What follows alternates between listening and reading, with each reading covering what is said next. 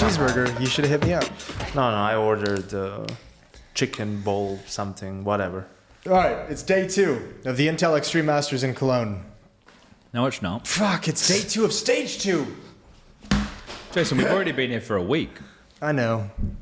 It's fine. You're not, I'm not working. I'm not working right now. Well, you're on the clock in a way. Yeah. Well, I meant day 2 of stage 2.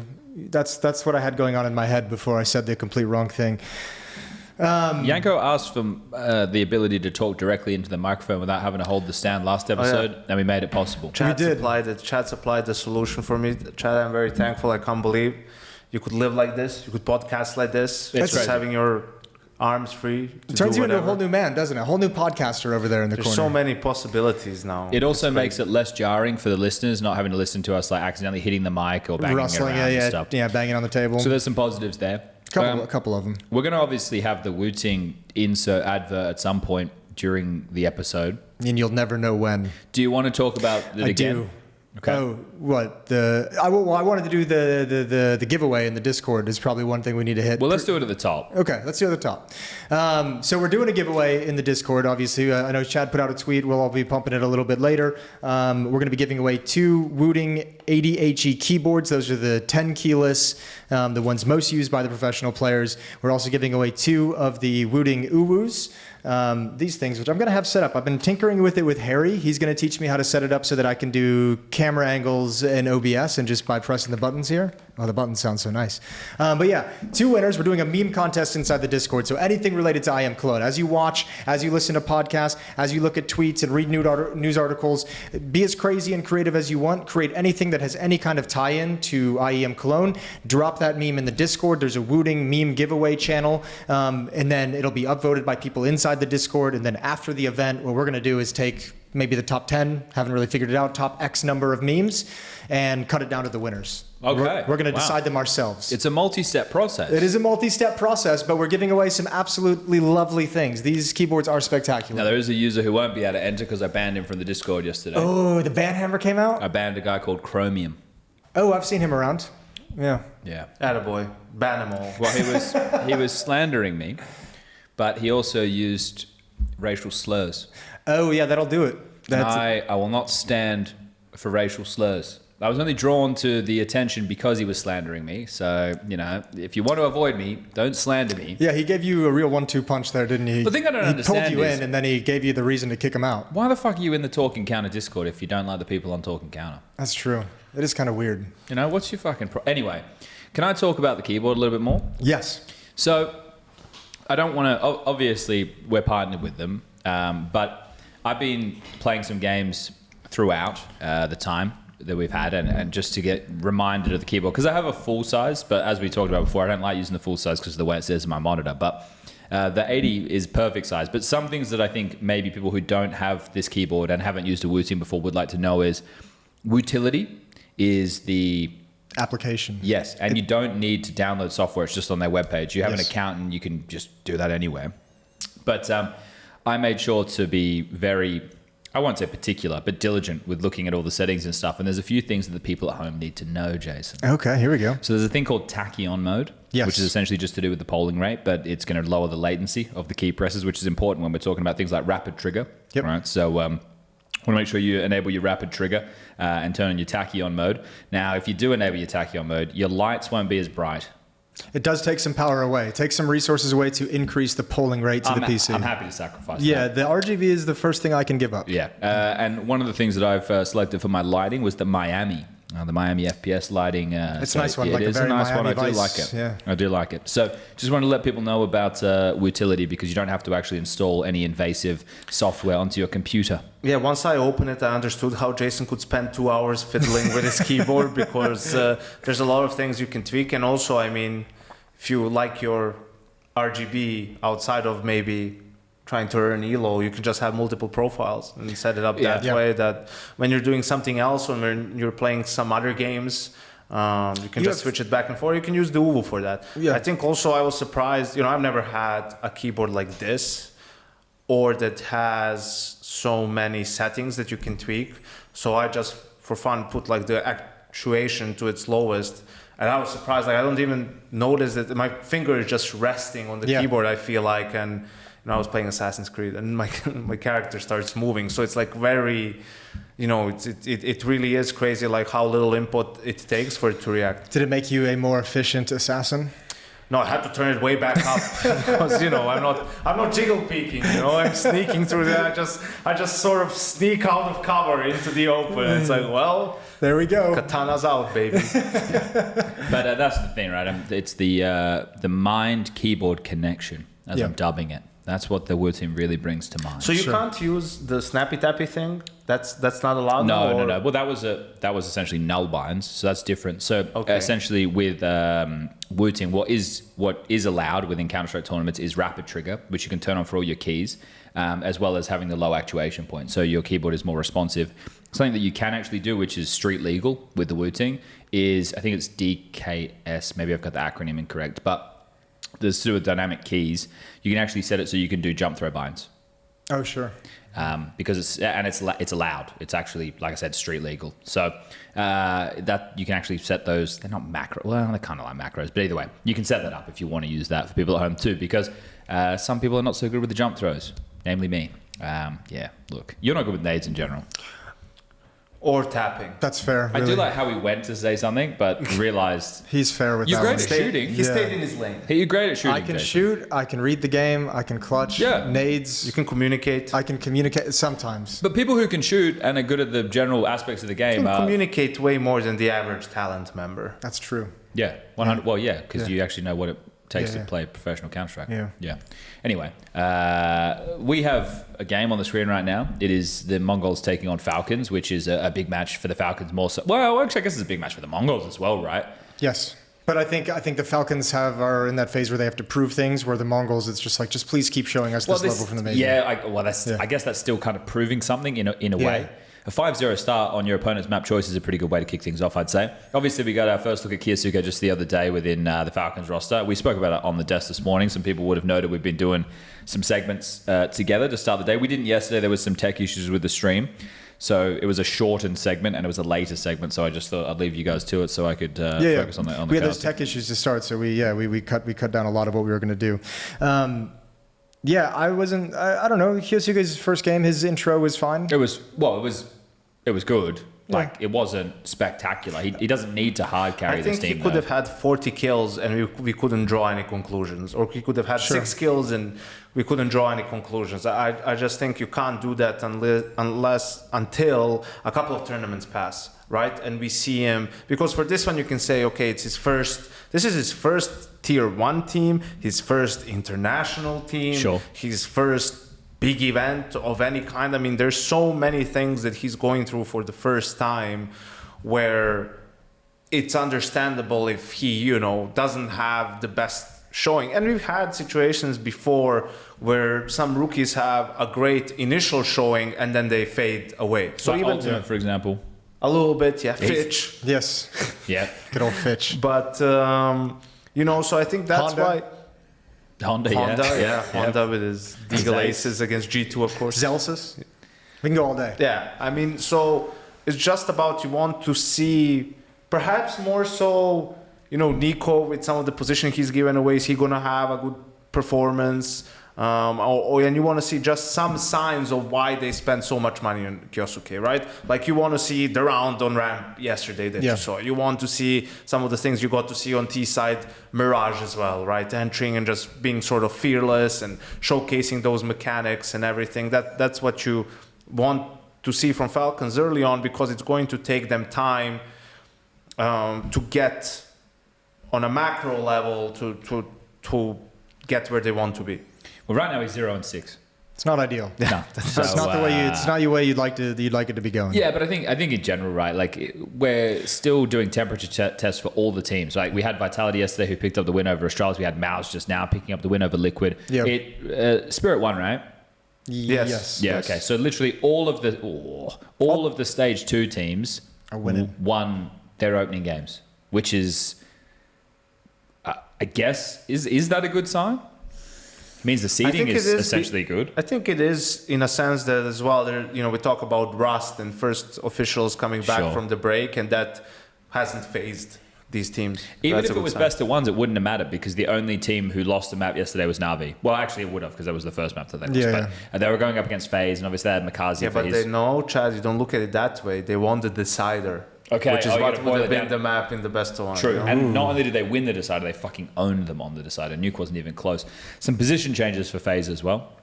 Sure. I mean, everyone seems to be having a conversation about positional changes, which I like to hear. But I mean, a lot of teams have done it. Astralis just kind of did it.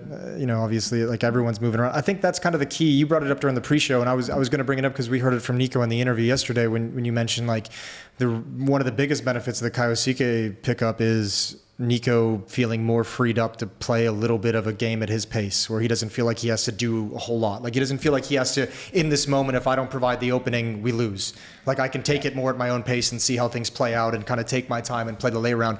And he had a banger series yesterday, but I mean, that's like a kind of a knock-on effect, I guess, of just bringing Kyousuke in, but it's going to have impact. Well, he doesn't have to be just running through the smokes and mollies and stuff, right? Which was probably my biggest critique of one of his positions was on Ancient having to run out through middle or fight it on the CT side. And then if you just put him over towards like B, which is where he played before, on either side, I think he's going to have so much more impact, especially on a map like that. So we might get to see it in this series.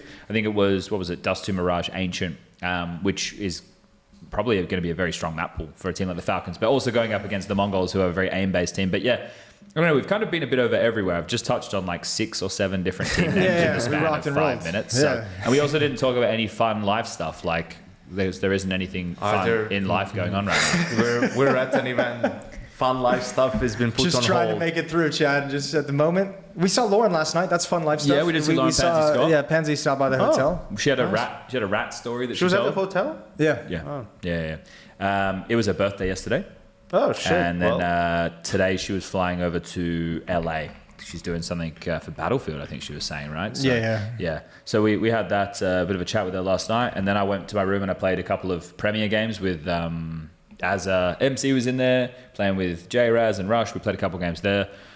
Played some games with Alex, Harry, Hugo, Trace, right? and Trace. Yep. Yeah. Did you win your games? I did not win it. We did not win it. We had Cheater in one, and I think we were just like lost. We played it. We played Overpass, and like none of us have utility for it. I'm yet. surprised Hugo was playing because I know that he's put his foot down regarding. Did you just play comp? Yeah, just comp. Okay. Yeah. Well, during Prem, like it really feels like a waste of time at the moment to be playing on it because we didn't play cheaters last night. We played Prem and we were actually in clean games. It felt like, but we were also a 5-stack, which is the most fun way to play Counter-Strike. Yeah, it actually is. Especially with other people that you didn't have any nades.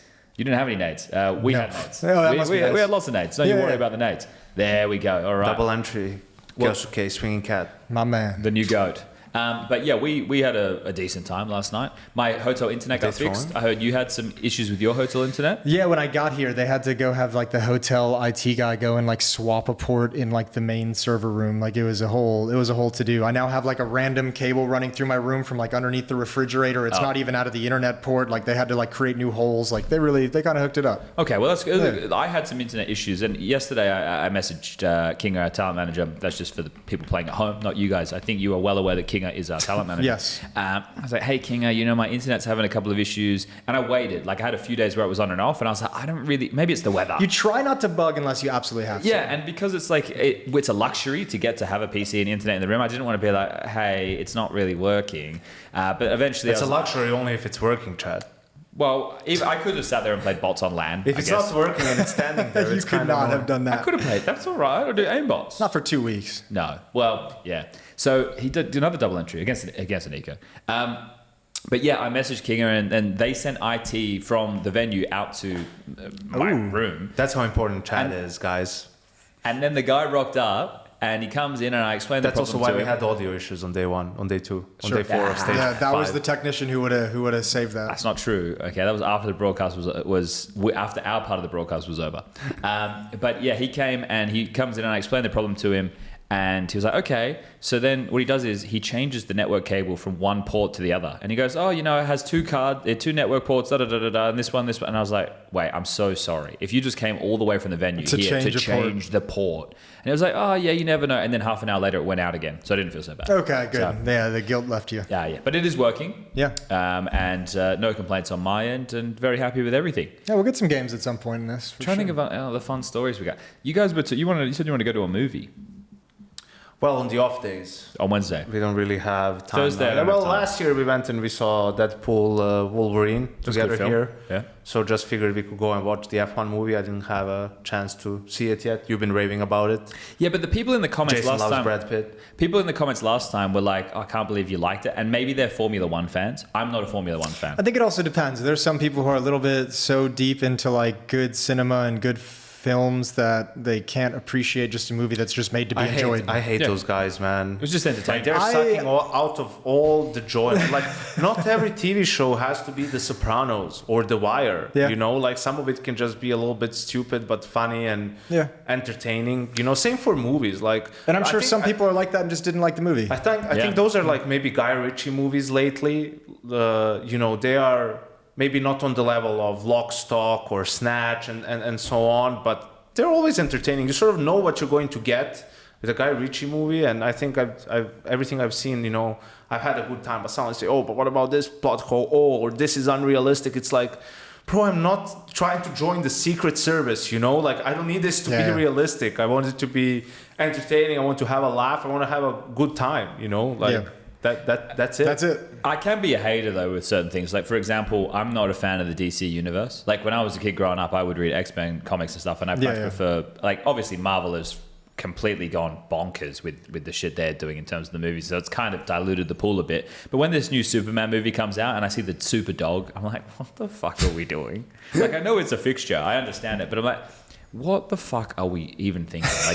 Like and it's not designed for me. I'm a 36-year-old man. It's probably not meant to be for me. It's You probably, got Logan. Logan was the 36-year-old man. that was great. Yeah, I it enjoyed was that. phenomenal. It was really good. I'm not a Superman's too OP, bro. I don't care about You don't it. get the Superman angle? Well, no, I get the angle. It's just not an It just exciting doesn't connect angle. with you in any way. Yeah, and it's all about morality, and I don't have any of that. So who gives Yeah, a fuck? who needs you that? know? You I got a ton of that. Me? actually. Yeah. Oh shit! A Don't very moral expose me. person. Yeah. Don't expose me, Yanko. So they're actually coming back. I'm liking this. It's lovely, yeah. It's good to see him grind back into it. Oh, we have the window opening, so if there is noises that people hear, it is quite hot because Germany hasn't invented air conditioning yet or imported. I don't know which one they're working on. They have good cars, but not good aircon. But that's also because, like, since I got here, it's been 23 degrees or something, while in Belgrade it's been between 36 and 40 for the last week, you know. Then you kind of need, you kind of cannot survive without AC with those temperatures. Yeah, and I have to have it on Malta too. What's it like right now in Michigan? So, It's pretty hot. yeah. Yeah, it was. It's cooling off. It was hot when I was home before coming here, and then it was getting rainy. But I mean, I think it's fine. I'll check. I actually don't know. I haven't Well, I really actually thought when we were there at yours, the weather was quite great. chilly. I wouldn't say it was great. All right, well, It was raining when we were in New Haven. Grand Haven. Grand Haven. Yeah, you guys unfortunately went out there on Hampshire. some rainy days. Oh, but- it still made the most of Yeah, it. yeah. It's the Midwest, so it's kind of And like also, nice like- weather during the day, hoodie at night. When we were at the It's 27 degrees in at Michigan. the other hotel before, we were on the Rhine, so it was much nicer when you could come and you could just chill in the sun. Yeah. You know, have a drink, walk around a little bit. Here, I mean, you could still You could walk to to the get Rhine, there. yeah. But it's a bit more of a faff, and the weather also is kind of shitty this time around. I would say to people if they are coming to Cologne for the event and it's their first time that if you let's say you come on the Thursday and you have the afternoon and the weather's nice, I would go to the Rhine, just chill. Like you walk across that lock bridge. That's the good part of town to be in. You get the cathedral And there. you're right there with the Dom. All Yeah. those Yeah. people are still together. That's crazy. Yeah, All the right. millions of them. Yeah. Yeah, I've never ever thought about. Maybe I've never loved someone enough to think about putting a lock on a bridge. You'll get there. Maybe. Or maybe you just thought it was fucking stupid and didn't mean anything if you did that.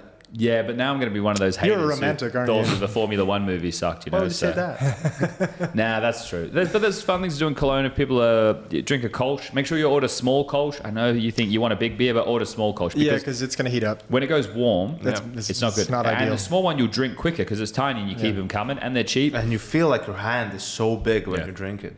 I feel that every day. Get yourself a kebab. I'm a fan of Mangals with Mr. Lucas Podolski. Podolski, Yeah, that's the guy. You know everything in Cologne. Yeah, I used to live here. I'm going to need to get a beer trim while I'm here at some point before the playoffs. You messaged Lenti. Lenti is the one. Yeah, we got cut by Lenti. We used to. I met him when I used to live here. I used to go down to a barber that was down the road as a British barber, but I had Lenti cut my hair one day, and I barely spoke German, he barely spoke English, and I was like, well, this guy's sick. And then he would do call outs. He'd come to the hotel and stuff. Yeah, I was going to say, you started bringing him around for events for players to get little cuts. Yeah. He's a cool dude. I like Lenti. The one thing Cologne doesn't have is nice restaurants, man. I agree. Like, it's very hard to find a nice place to have dinner. Yeah, if you're eating on the street or, it's like you're going out and you're having food like that, I think it's fine. Yeah. But in terms of, like a good quality steak restaurant or something, maybe we haven't found it before. Good fancy dinner. You don't get, you got to go to Dusseldorf, I think, for the better food. Right, That's right. at least my opinion. But Yeah. and also, Germany doesn't do breakfast very well. It's just very European, I would say. I would hold the phone on that one. Germany has a very nice breakfast dish that I don't remember what it's called, but it is Thanks, Jason. raw ground pork. I'll look it up. It's, Raw ground pork. I know it sounds insane, but let me cook. Really, You've lost me not already. Literally, but You've lost me. I'm out of it already, Jason. Raw ground pork. I had it net. Okay. Is that what it is? I don't fucking know. Yeah, dude. It's raw seasoned pork that you kind of eat. What's the beef dish? Carpaccio, and is that the one that's, yeah, it's the tartare. It's like kind of like tartare except it's with pork. It sounds crazy. It is. It sounds risky. For breakfast? It was absolutely delicious. Where did you have this? At the beer garden at the train station that we went to with those ones. Some of the big guys took me there when one you year. say beer garden at a train station. It doesn't sound like, but that's meant to be a It's pretty actually a good nice place. Yeah, We could go there. Yeah. It's actually not a bad shout. Yeah, we do need somewhere to go for food. Otherwise, I'll keep eating 2-minute noodles, which nothing wrong with 2-minute noodles, but shouldn't be a staple of your diet, should it? Yeah. I haven't been eating very the well. complaining Jason has done with the creamy MOUZ thing and like, people are giving him grief. Like, he's bringing him money now. All Is those it? ads are about creamy, and then Jason shows The up. ads on and, the stream. Yeah. Well, yeah, we recorded those in Dallas. Yeah, When I yeah. looked, I'm like, who the fuck are those guys? Yeah. Like, oh yeah, it was a different time back That then. was us. Younger people. Yeah, some could say. I've fallen off the wagon, boys. I haven't been hitting the gym. I haven't been eating Really? properly. Yeah, it's only the last like week and a bit. Well, get Ah, back on the doesn't- horse now that before it doesn't- goes too far. It Yeah, but- doesn't count. Like, a week doesn't count. You can have a week off, mate. I'll go to the don't gym know. with you tomorrow morning before the show. I just feel, yeah, okay. I need to get back into it. I was thinking of going today after we finish the podcast. I'll go with you after I the might do that. podcast if But you want. what's in the hotel gym? 2 treadmills, a stairmaster. There's enough. A bench press. There's weights. dumbbells up to 20 I just got to move my kilos. body, go and do some stretching, move my body a bit. I got to get back on it because I feel it's starting to impact me mentally. Not like I'm negative or anything. I'm just sluggish. I'm slow. Yeah, And you it's need like- that extra little energy. And then That's when I the wake thing. up in the morning, I don't want to get going because I'm like, Yeah. well, I'm not going to the gym. So what am I doing? Let's fucking doom scroll on the phone. I go before work every day. Okay, I need to get back on the horse. Yes. You start going to the gym for the gains, but you stay for the mental health. Yeah, it is all about the mental. Right, and it's one of those things I wish that, because it's not like we don't know that as younger men as well, we knew that, but you just don't do it. And then the older you get, it becomes mandatory. Like my back fucking hurts if I don't do it. Like I get that, Your knot in the shoulders feel shoulder. that way. Well, it's also because Exactly. we're on planes a lot too, so you have like this buildup of everything. Well, Jason, I don't know about you, but I exclusively travel in business class and Ryanair. Ooh. It's a mix. That's the two trade-off. The extremes. trade-off. You want to fly business on long haul, you need to fly Ryanair on short haul. And that's the short haulers, the Hashtag main worth. flights. Hashtag worth. All right, we've done quite a lot of different stuff right now. Should we do a thing? A thing? Should we focus on the thing that everyone comes here for? Should we do the Counter-Strike thing? Like, if we need to, we can. Yeah. If we have to, we Probably can. should, I would say. A little bit at least. Yeah. So what was the last episode we did was when we were here, but it was before any of the games went live. Yeah, before Yes, stage It one. was before stage 1 even. Okay, so no results had happened. Nobody expected, and I guess Nothing surprising has occurred yet. nothing really crazy happened. I guess I could talk about Flyquest. That could be a fun place for me to Get into start. Flyquest for you. Oh, here's the ad. Here it is. Watch this guy just pop out of nowhere. It's great. You popped up in the Harry and Hugo one too, didn't you? Yeah, I did. So why are you always the guy popping in? Because Yanko is right. They literally just put creamy in the script, and someone at ESL was like, "Creamy Moses." Okay. Which is like, cool. You're loving that. Yeah, I'll take the money. Okay. So yeah, let's hit it. So Flyquest beat Bait, but that game within itself was kind of crazy. Inferno, they had this massive blunder of a 1v3 when they could have closed it in regulation. Then they went into overtime. Then they almost lost. Then Vexite had to win a clutch. It was a pretty crazy series overall, but they did get across the line against Bait at the end of the day, and that was an important win to grab. Oh, you know that Talk and Counter exclusive you brought last time? It's already been reverted. Yeah, I saw that. Now, like Graham made a tweet. Oh, yeah, I saw that. Because he was like, Yeah, yeah. it's just been changed out of nowhere and the impact of this and why didn't they do it for this and if they can just change it whenever they want. A lot of points he made were true and real. I just think, like, we knew there was going to be a lot of teething issues with the VRS. Yes. The fact that it's like, it's bad that it wasn't like that from the start of the year, or maybe not the start of the year, but let's say 5 months ago, 4 months ago. Yeah. I feel like I understand what he's saying and the impact it could have on invites, but I think it sucks because it is a better change. And I wonder he wouldn't be saying it, bro, if they won a map, if they won a series, because they would have. True. Yeah, but they didn't win a series. Yeah. So I was like, yeah, well, maybe. Wait, so they reverted the change to give prize pool to stage 1 so that stage 1 teams could get VRS points off the results. Yeah. And then they reverted it back? Yeah. Did they say why they reverted it back? Well, Graham made some good points, like in the sense of when that change happens, right? It's just happened on a whim, right? Sure. Like why? First of all, why didn't it happen earlier when he brought it up? Because he was on an episode with me, Prof and Striker, exactly, and I'm on Graham's side. Like when we talked about it back then, why did it not get changed back then? It doesn't make any sense. Yeah. And then the fact it just gets changed, but then why wasn't it changed for other events? The HLTV could change it whenever they want. Like obviously. So it's basically like the problem is right now that HLTV, not that they've abused anything at the moment, but they have the freedom to basically dictate whichever way they want it to go, which could be an opportunity for abuse at some point down the road. Exactly. Yeah. Which, it's just like the conflict of interest conversations that happen, right? Like it's we don't think anything would happen with this, but the chance that it could, right? That's the problem within itself. So yeah, that whole thing kicked off back and forth. And I guess also the reason I talk about that is because Flyquest won a game, which would have been good for them VRS wise. Yeah. But now that it's been reverted, it will probably no longer be as good. I think it will still be. It's still a LAN win, right? But the prize money, the multiplier doesn't give it anything significant. And Graham's reading Yanko's reading the new tweet out of the VRS experts. I'm just looking at the table because it's another long one. Which it's very long. I didn't have a chance to read yet since we've been working early. But yeah, I mean, they were just going back and forth on what you guys were talking about, that, okay, now it's changed, but the invites already went out for the ones, blah, blah, blah. So I guess HLTV just is waiting for a point where they can start fresh. Like they want to put prize money in. Yeah, but if they're going to do that, wouldn't that mean you'd play it out this way for the rest of the season and start it for the next season? Maybe you announce when you're going to change it before like an invite point, right? So everybody knows, because Graham's other point was that you pick and choose events based off of the way it was set on HLTV. So like maybe you would avoid one that had an online portion without prize money, or like a group stage portion without, or stage 1, stage 2 type portion. So yeah, it just seems that my main issue with all of this is the way that it filters is there is no way in the world stage 1 of Cologne is worth less than like an opening stage of, I don't know, Blast Open, right? Sure. And that's a bad example because it's starting online now, but either way, right? And then the other problem I have there is no way that the stage 1 and stage 2 of a major are worth less, like the same equivalency. But because the prize money, and also Graham pointed out the same with the rule book. Blast had 2 different rule books, so HLTV didn't put that out there because they didn't know which one they were supposed to go by. Exactly. Yeah. So that's bad housekeeping from Blast there. All in all, these are the teething issues that have an impact on the VRS. That one young man. He's got 8 HP. Yeah, but he's the guy, Yanko. Nah. What do you mean, nah? I mean, how is he going to clutch this? I don't know. Messi won a 1v3 on 1 HP yesterday. He's got you there. Yeah, but he knew where everyone was. True. And they played it poorly. This is way harder. Blitz is playing it like a goddamn genius. He hasn't even shot. He's just playing for time. Yeah. Well, Astralis did try to do that on Overpass yesterday and fucking lost. Yeah, they did. That was rough. Those were ugly pistons to play against him, though. I can't believe there was 2. It's not gonna be time, is there? He's got this. There's no time. Look at the bomb. Get the kill. Oh, okay. Well done from Blitz. Unfortunate for Kyousuke. Decent attempt. Faked out. Unlucky. What did you think of Flyquest? Just away from the VRS stuff, of the actual gameplay. I derailed myself again. I think their CT sides are very good. Yeah. I think Justin's introduction, we saw him having impact late within rounds. There'd be some T rounds he was clutching. That nice clutch on Inferno. He was quite active on those T sides when he was in lurking positions too.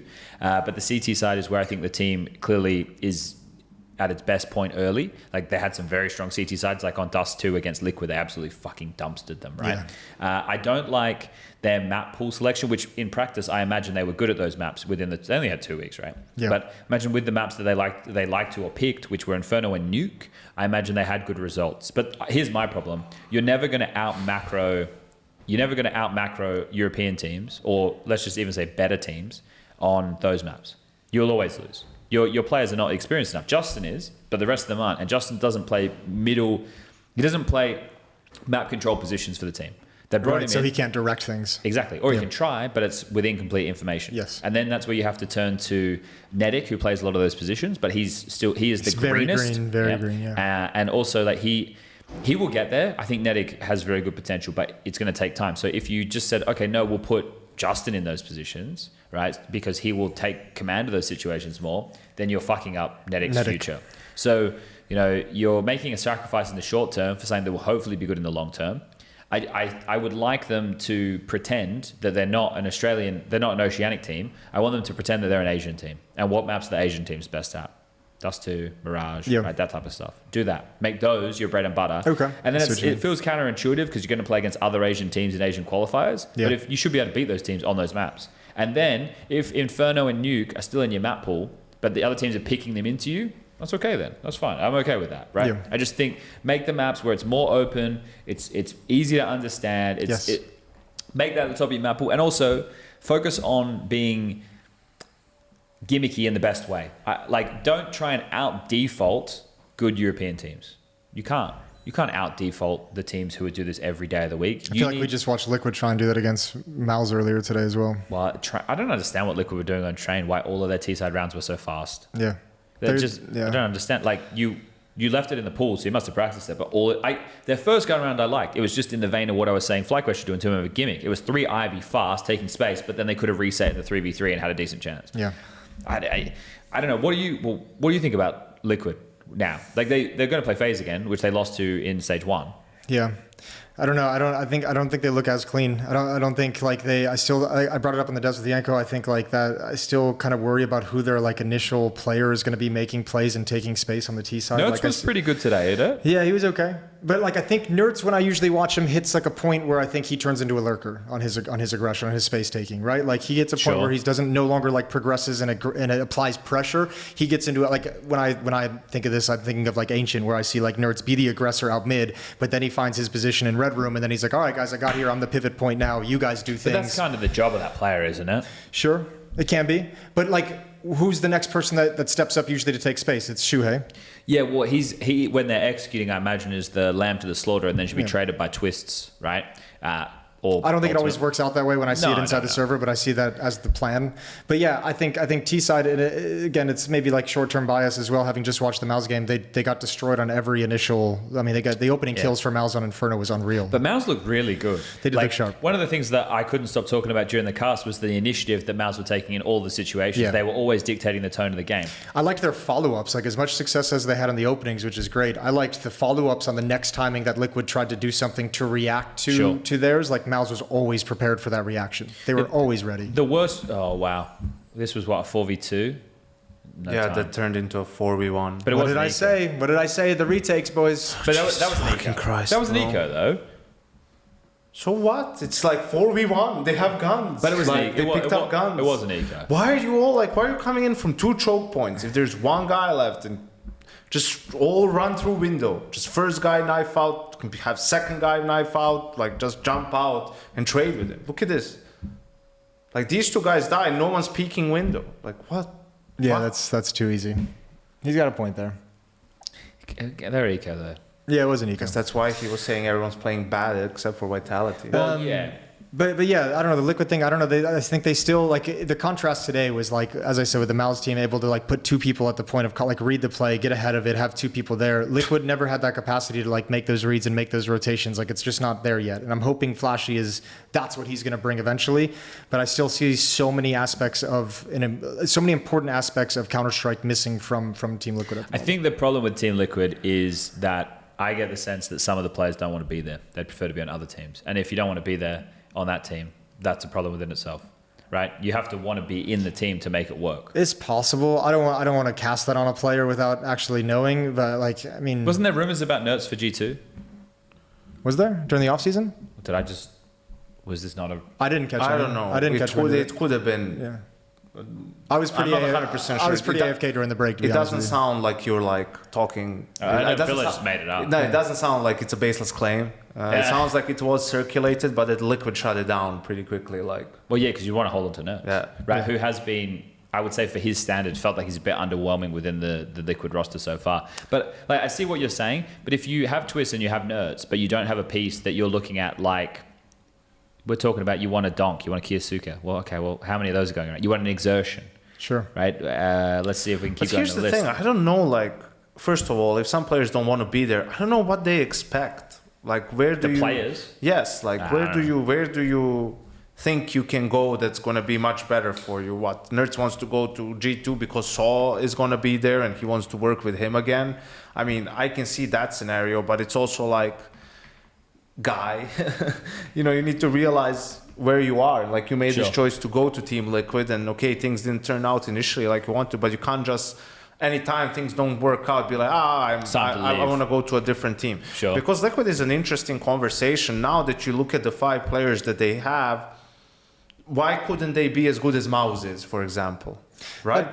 Sure, there's no Donk, there's no m0NESY, there's no ZywOo, there's no, you know, but there's Twists, there's Nerds, there's Ultimate, who's shown flashes and was good today, was good, you know, at the major, it felt like. So you feel it's not the individual skill of the players that's the problem, it's how they mesh together, how they work together, that they're lacking maybe structure, they're lacking this, they're lacking that. It feels like with a good culture, they could be a good team, right? Yeah. But sure, we can't know necessarily how all these players are outside of the server, what their personalities are like, do they mesh well with each other? Maybe there's too many guys who are quiet or too many guys who are loud, right? And then the team is a little bit off balance in that department. But you know, you look at them again compared to, let's say, MOUZ, and I mean this as a praise to the MOUZ guys and their players, not as a knock.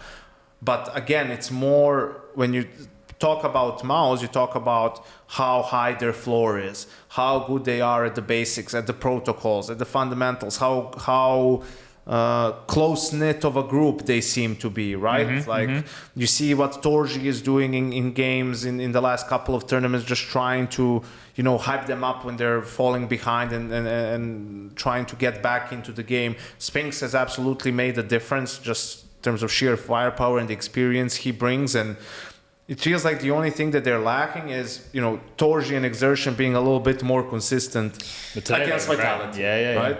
And that's it. But it all comes from why was Brawl, and it's probably also not talked enough, how good they were, considering they just brought, you know, Brawl and switched to IGL without having any prior experience. Like, that's also a testament to the system that they have, and like the foundation and the structure and to the coaching staff, obviously, not just the Counter-Strike coaches, but the performance coaches and everyone involved, because the machine, you know, keeps going even though you change a piece and swap a couple of pieces around. Meanwhile, look at some of the other teams. I mean, they don't know where's left, where's right, despite making multiple in-game leader changes, coaching changes, right? It's just a bigger thing.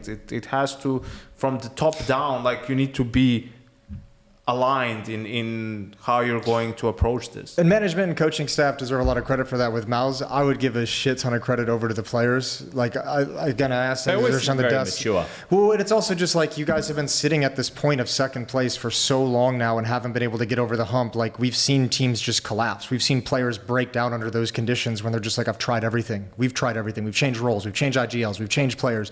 We've done all these different things and we still can't find a way to succeed. I've seen teams break. Well, that tells you they don't feel that it's hopeless, though. That tells you that they feel that there's still ground to make up, or in the games, we made this mistake, or what. They still feel like they have a chance to beat Vitality. But the reason for that is, you know, Torji, Exertion, they're from the MOUZ NXT, like from the academy team where Cyclone was their coach. Jimmy, you know, too.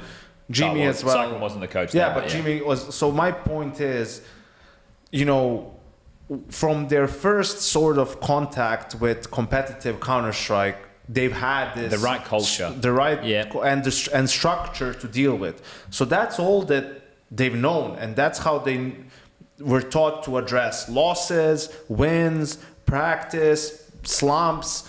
You know, like they had instruments to deal with all these things. And then when you bring in, you know, Broland, who struggled in NIP and didn't have a good atmosphere there, and he comes into this team where everything is more, you know, everything's brighter, everything's better, not just the team and the players, but the atmosphere, and you're not going to be eviscerated for every mistake, and not everyone's going to go full depressed mode when you lose a game, right? All of a sudden, you find joy again in playing the game. Spinx is different reasons why he moved on, but he also fits in really well with the rest of the guys, right? And I think that really matters, especially with young players, because they don't know any better. Like you're joining a tier 1 team for the first time. You know, I had Bimas join as a stand-in. Like he doesn't know anything about how tier 1 teams work, other than what you show him coming in, right? And whatever you tell him to do, he's gonna do 100% because that's the law for him. Like that's how things are done, right? And that can be very powerful in a positive way. It can also,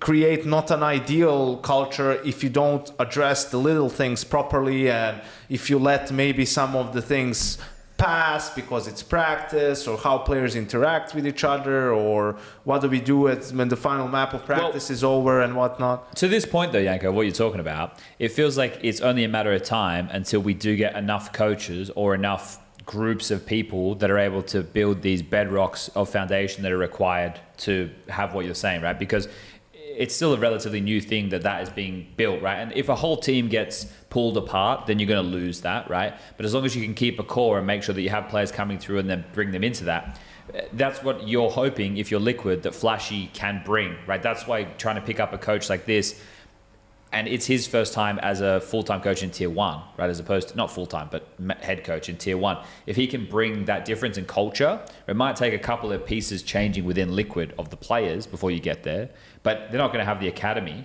You're going to have to hope that you can build that. And right now, it feels hard to build that because you're losing. You don't have a winning culture right now, and winning culture tends to breed people being more positive. Right? It's a better atmosphere when you're winning it's certainly games. way better than losing. That's for damn sure. So then how do you get there as Liquid? Do you just need like one breakthrough moment, and then if you don't get it this season, then what do you do? You need that important win as well. I think oftentimes the kind of you know how it goes. The attitude within a team comes from like 1 to 2 main players as well. Like you can have individuals who maybe there's not like a winning culture in the team due to like the inside the game, but you can have the personalities that can sustain you through tough spots, right? Like you can have like a positive influence within the team. But who's that on Liquid? I don't think they have one right now. Well, there you go. I think that's part of the problem. I'm trying to think. Ultimate's like a goofy guy, but he's not exactly the heart of the team who's like kind of driving the mentality or anything like that. Guy. I feel like it has to be Shuey, but you can only pull people up so far. Right, exactly. And this, and if you go all the way back, this was the main issue of Stewie eventually at the end of his tenure in Liquid was, I am the only guy doing this and I am exhausted and I'm dead and I can't be the guy anymore. Yeah, and that it is hard to do on a consistent basis for sure. And if we want to keep this train of like bagging on Liquid, to kind of go back to your first question. I wasn't trying to bag on it. I know. We were just, I think NaVi's looking better at this event than he did last season. I think one issue they have, or one huge issue they have right now, is the map pool. They don't have a go-to map. They've tried a couple of different maps. They picked Inferno today as their map against MOUZ, got decimated.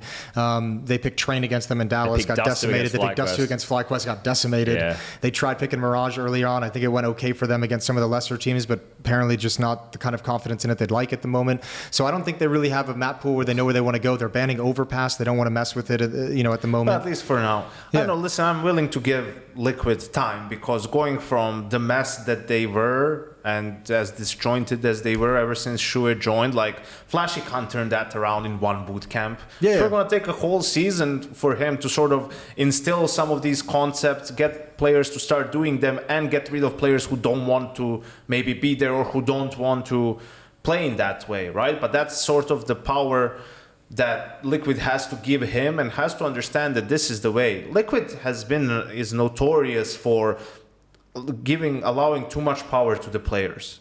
They gave keys to the castle to Twists, didn't work out.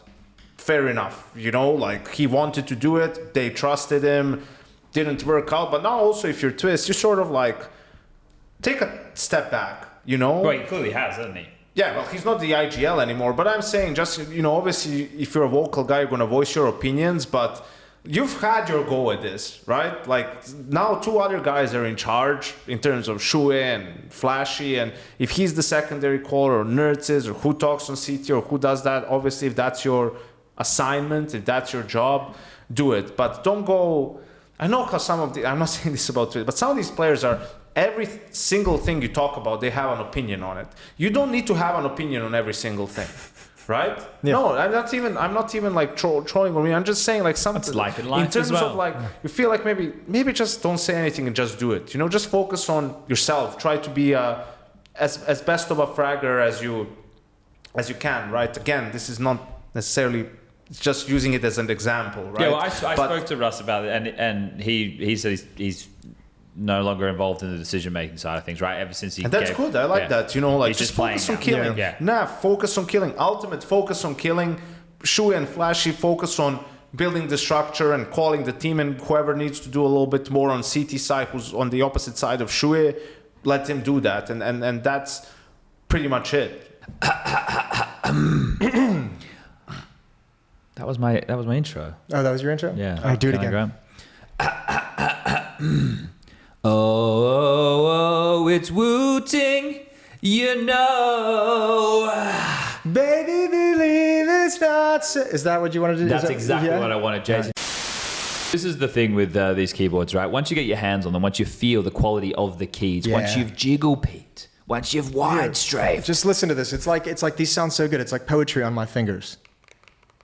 I think also for someone like me who plays multiple games, it's cool that you can have different profiles, so you don't have to go back and forth and change it every time. And also, you don't even need to download any software for it. You just don't go even need to the software. utility.io, you have everything there. You can change the actuation points. You can also enable, what, chat? Rapid trigger, Yanko. You want your keyboard to know once you're pressing, once you're releasing. Well, you're going to get the most responsive keyboard in the world with Wooting's rapid trigger feature. And this would be the UU as well, which comes with the same technology as in the ADHE. This is what you'll get if you use the talking counter code on the website when you buy a keyboard. Add this to the cart. The discount code will take this off the cart. It's a 6-key, fully customizable little mini switch. It's called the UU by Wooting, and it's lovely. I'm going to have it plugged in next to my computer. Going to change camera angles, can change little sequences, use it for NVIDIA Shadow Play, all It the cool almost feels stuff. like you're getting a free $50. It does. It feels that way very much so. And look, if everybody wants to do this and more, head over to wooting.io. We're also doing a lovely little giveaway. Don't miss it during IEM Cologne with the Talking Counter Wooting collaboration. I think you look at another team that's made changes to the coaching staff, especially in G2, like we've been talking about them. They're a very fun team now to sort of watch. You feel like they did a really good job in terms of once you take into account that they're changing the direction in which they're approaching their CS division. They stuck right? the landing about as well as they could have, I think. Yeah, they're for that opening game is a great result. for an organization that doesn't want to spend money on superstar players and doesn't want to have superstar players on the roster, but more sort of be like MOUZ. Even that's not fair because Spinks is that caliber of a player, it feels like, but try to do more with less in a way, like Ents, but they're a little bit above what Ents was with Saw and Snappy and Sampaias and those guys. Saw and Sampaias now in G2, funnily enough. But like it makes sense. Okay, you got players who have value, who maybe weren't super expensive, don't command a mega high salary, don't have an ego necessarily on the server where they're gonna be wanting to make plays at all times no matter what. Have a good mix of passive aggressive players. Sure, Hunter has to change a ton because he's an in-game leader now and changes positions and changes roles, but he's a guy who also will, if he's making this transition to an IGL, he understands his roles will change and what he needs to do. And his responsibility. He's one of the most mature players out there. Yes, I think he is is. Hunter, Yes, he is. right? Absolutely. Like he always he's a gentleman through and through. Like the way that he conducts himself, and I've really been liking the interviews that HLTV have been doing. Strike has been most of them on YouTube. And because it's the first kind of set of interviews for most of these big teams out of the break, even some of the teams are at Fisher, you're getting really good answers. You're learning a lot about these teams. And I think the G2 one is a fun one because it's not just the introduction of a new coach. It is the in-game leader change for Hunter. And he's in probably the best hands you could find yourself in when taking on a new role like this. It's so good.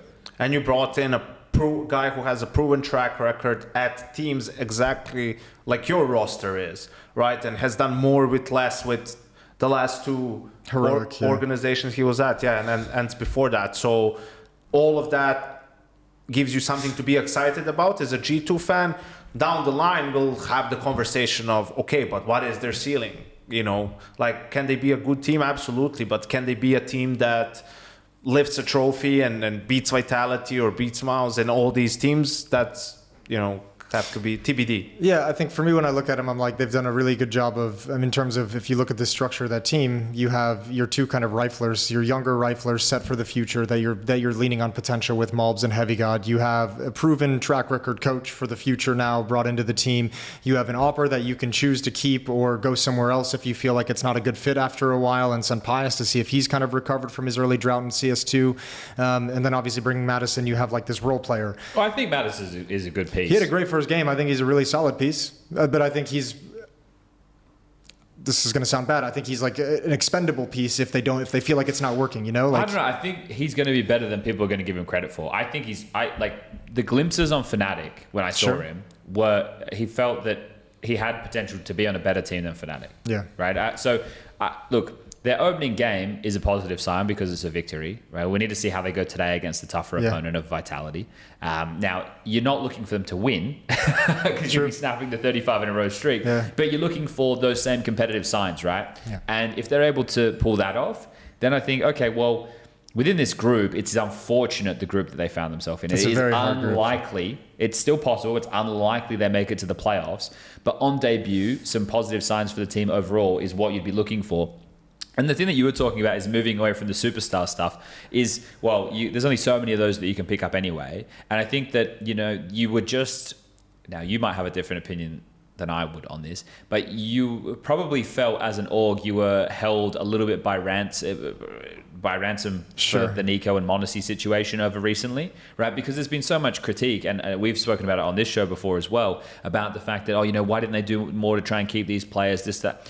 When did the demand stop? Right?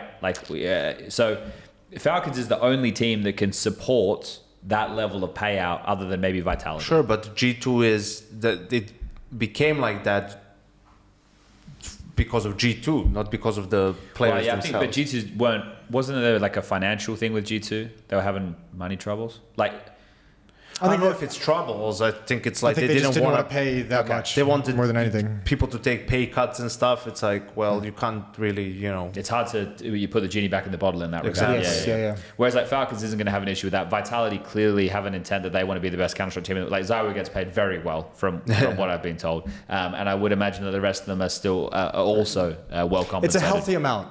Yes, everyone's okay. Yeah. They're not having trouble paying the bills. They're all good. They're definitely being able to. I think the club incentive helps with how much they've been winning. I mean, in terms of probably at least, I say at least covers the salaries. That's a lot, for a team like Vitality.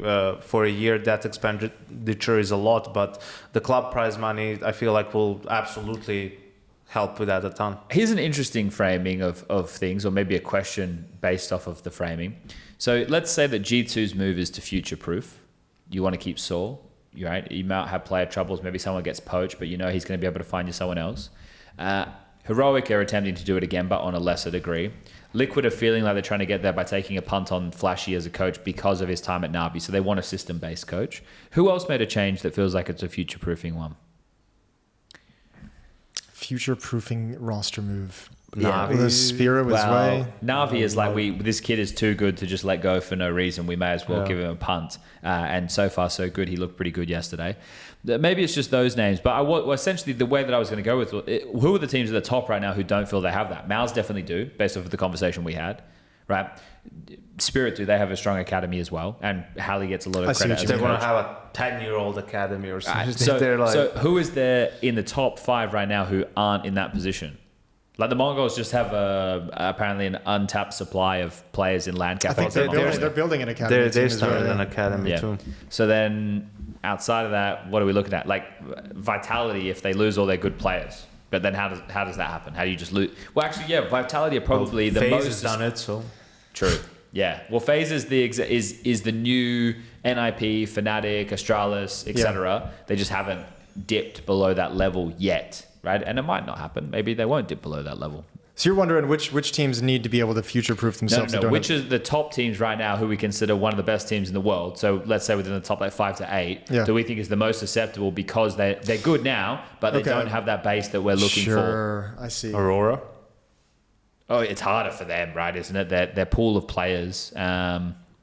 True, Aurora's an interesting one. It's harder. It's tough for them. Falcons have the unlimited money glitch, so I don't think they have Say to worry Furia, to a degree. Well, they got fucking ragdolled yesterday, mate. Yeah, they did. They got beat up pretty bad. Yeah. This new team, this honeymoon period they had going into the major. All those teams at the major, they seem like they're struggling. The Brazilian ones coming out of it. Well, the fact that Furia made it to this stage, I of play, really like Maladoy. Well, yeah, he's good. He's fucking sick. Yeah, He's he is fucking good. sweet. Well, he did make probably the biggest mistake of all the mistakes in the 1v5. Sure. But, you know, we'll give it to We'll him. give it. We'll He's give him that young. one. Yeah. He's You young. live and you learn. I haven't put that one under the microscope. That was Hunter's first 1v5 in his career. But- They're obviously very rare, but that Yeah. was his first. But I think we're at a point now in CS, at least it feels like, where just putting players together without having a clear direction and knowing how you're going to use them and working on the structure and the culture and everything, you will not be able to be the best.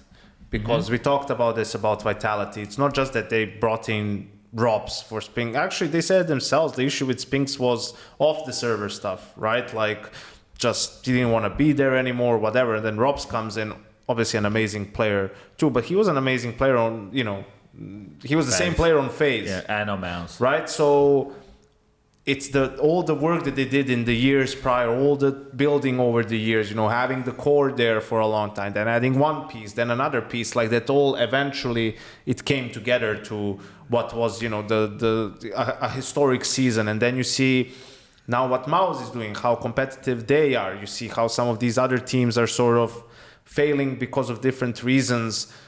And I think that's why it's looking good for G2 for the long term, because G2 can be in a position, let's say, after this season, they see what works, or even let's say a year from now, let's say they give 2 seasons to Iron, and you see, okay, we want to change one of the rifle, or some Pius isn't there anymore. Well, now if you've actually shown progress and you're a good team and there'll you be had people some wanting to You go can results, there. attract a good maybe operator. you can get Torji, if he's like stuck in MOUZ, hasn't progressed, and he wants a change of scenery. Now you just start changing one piece for another because you're getting there, you're close, right? On the other side of things, like we talked about, Liquid or Falcons are another example. If you're just like changing players all the time and picking different pieces for different roles, but you don't have a clear sort of from the top vision or direction or anything, how you're going to be doing these things, like it's not going to matter all that much ultimately, because that approach feels like you're just throwing darts, at the board and see if anything Sticks. That backs up the trade of Saw and Sampayas then, right? Because apparently that deal was like 1.5 million, but they paid more for Saw than they did for Sampayas. Yeah. Right? Yeah. So and if that's going to be the focus of orgs, right? Not everybody is going to be able to find somebody, because there's not enough qualified people who can be, like, from the proven perspective, because you're going to have to prove yourself, or even experience perspective, because there's only so many of those going around as well. So that is going to be a work in progress for the top 10, 15 teams over the next couple of years. That's going to be hopefully the main focus. And I guess that is starting to go that way as well, right? People are understanding that there's so many talented Counter-Strike players out there. It's what you're putting them into that maybe matters more. And I think so many orgs probably see like the way that some of the smaller orgs have actually ran their business in a more intelligent manner, where you have a coach like Ash is an easy example, someone who can bring somebody up from here to here, sell them off, and you get a huge payday, and then you just kind of keep doing it over and over again. But having that coach that can keep that continuity and keep bringing in value, I hope Ash is getting fucking paid. But like that's the thing, he it's signed valuable a for new orgs. contract. Yeah, I hope he's getting fucking paid. Dude, I understand I hope he's getting paid, because he should have probably gone to a How bigger much team. can he get paid in Gamer Legion? I don't know. Can get paid more than he would in Team Liquid. Maybe he gets a percentage of the buyouts. Maybe he's like, give me 10% of every buyout. Bro, I don't understand why he didn't. I don't think so. Why did he not make the leap? Like, I don't know. Yeah, there It must could be have been happening. options. Maybe Gamer Legion really do just treat him well, and he's comfortable in terms of his travel schedule, and tell him how much he's invested and how That's much. like, Jason, what you're talking about is just like, I'm with Chad, that's like, I'm not saying it's the right way to go about it. I'm just saying maybe it's a thing. That's Don't just pin like his decisions that's on me. Like just Jesus Christ. staying the offensive coordinator, right? Instead of like getting a stab at the head coaching job in a way. Like that's the sort of realm I put it in, because you're in this to win it, right? Like Maybe he's waiting for Zonic's job. Maybe for the real payday. Yeah, I don't know. No, but I get what you say. It doesn't feel like the winner's mentality, Yeah. right? But I'm sure he has some loyalty built up with Gamer Sure. Legion. Who knows? Maybe Gamer Legion has some investment on the way where they'll be able to spend more, and maybe there's a promise of something bigger. But Yeah, it, Dude, PR's pretty fucking good. yeah, he is. Yeah. Like if I'm, Kirsty's pretty bad. well, give him a little bit more time, all right? Give Did him have a one rough, he more did have a rough game, series. though. He did have a rough game. He's green. I know. All right, he's green as they come. I think it's like a lot of the stuff is just, it's a clear and obvious, just tier 2, tier 3 mentality where you can't be doing these things. And it's fine, like you said, it's just the first sort of outing, but it will be very telling, like if mid-season you don't see that out of his, you know, arsenal, so to speak, I think they're gonna have Wait, to need a he new goes operator on again. this season. Yeah. They do it again. You know, it's funny when you brought up like, it's a thought that came to my head when you started talking about like how teams now need a little bit more time, and you have these things, and we're going to give them the coaches time more than one event, 3 months, 4 months, 5 months. I think you said 2 years on the pre-show this morning, which was crazy. But I just thought it was No, funny. wait, I will defend myself. Fuck you, Jason. I said 2 years from now, we may look back and say Spirit made the worst decision in history by letting Kyousuke go instead of putting him in for Magisk at the time. Because if you want me to expand on that, because maybe Falcons win a major in the next 2 years and Spirit doesn't like take that next step, or just Falcons are the better team, or Kyousuke just turns out to be a top 3 player starting next year, right? And then you're like, you had this guy and you could have put him on the lineup, but you wanted to keep Magisk around for another season and you've missed out on that. That's the Your context. window closed. Okay. That's the context in pretty which good? I was talking about. You all good? it. That little jab tilted you, got you a little bit? All right, cool. But no, it just brings to mind, I remember like in the early days of CSGO and everything, and not even like the earliest, but like even up into like 2017, 2018, it was like if a roster change didn't show promise within like 3 months, it was like, Yeah. done, get it out.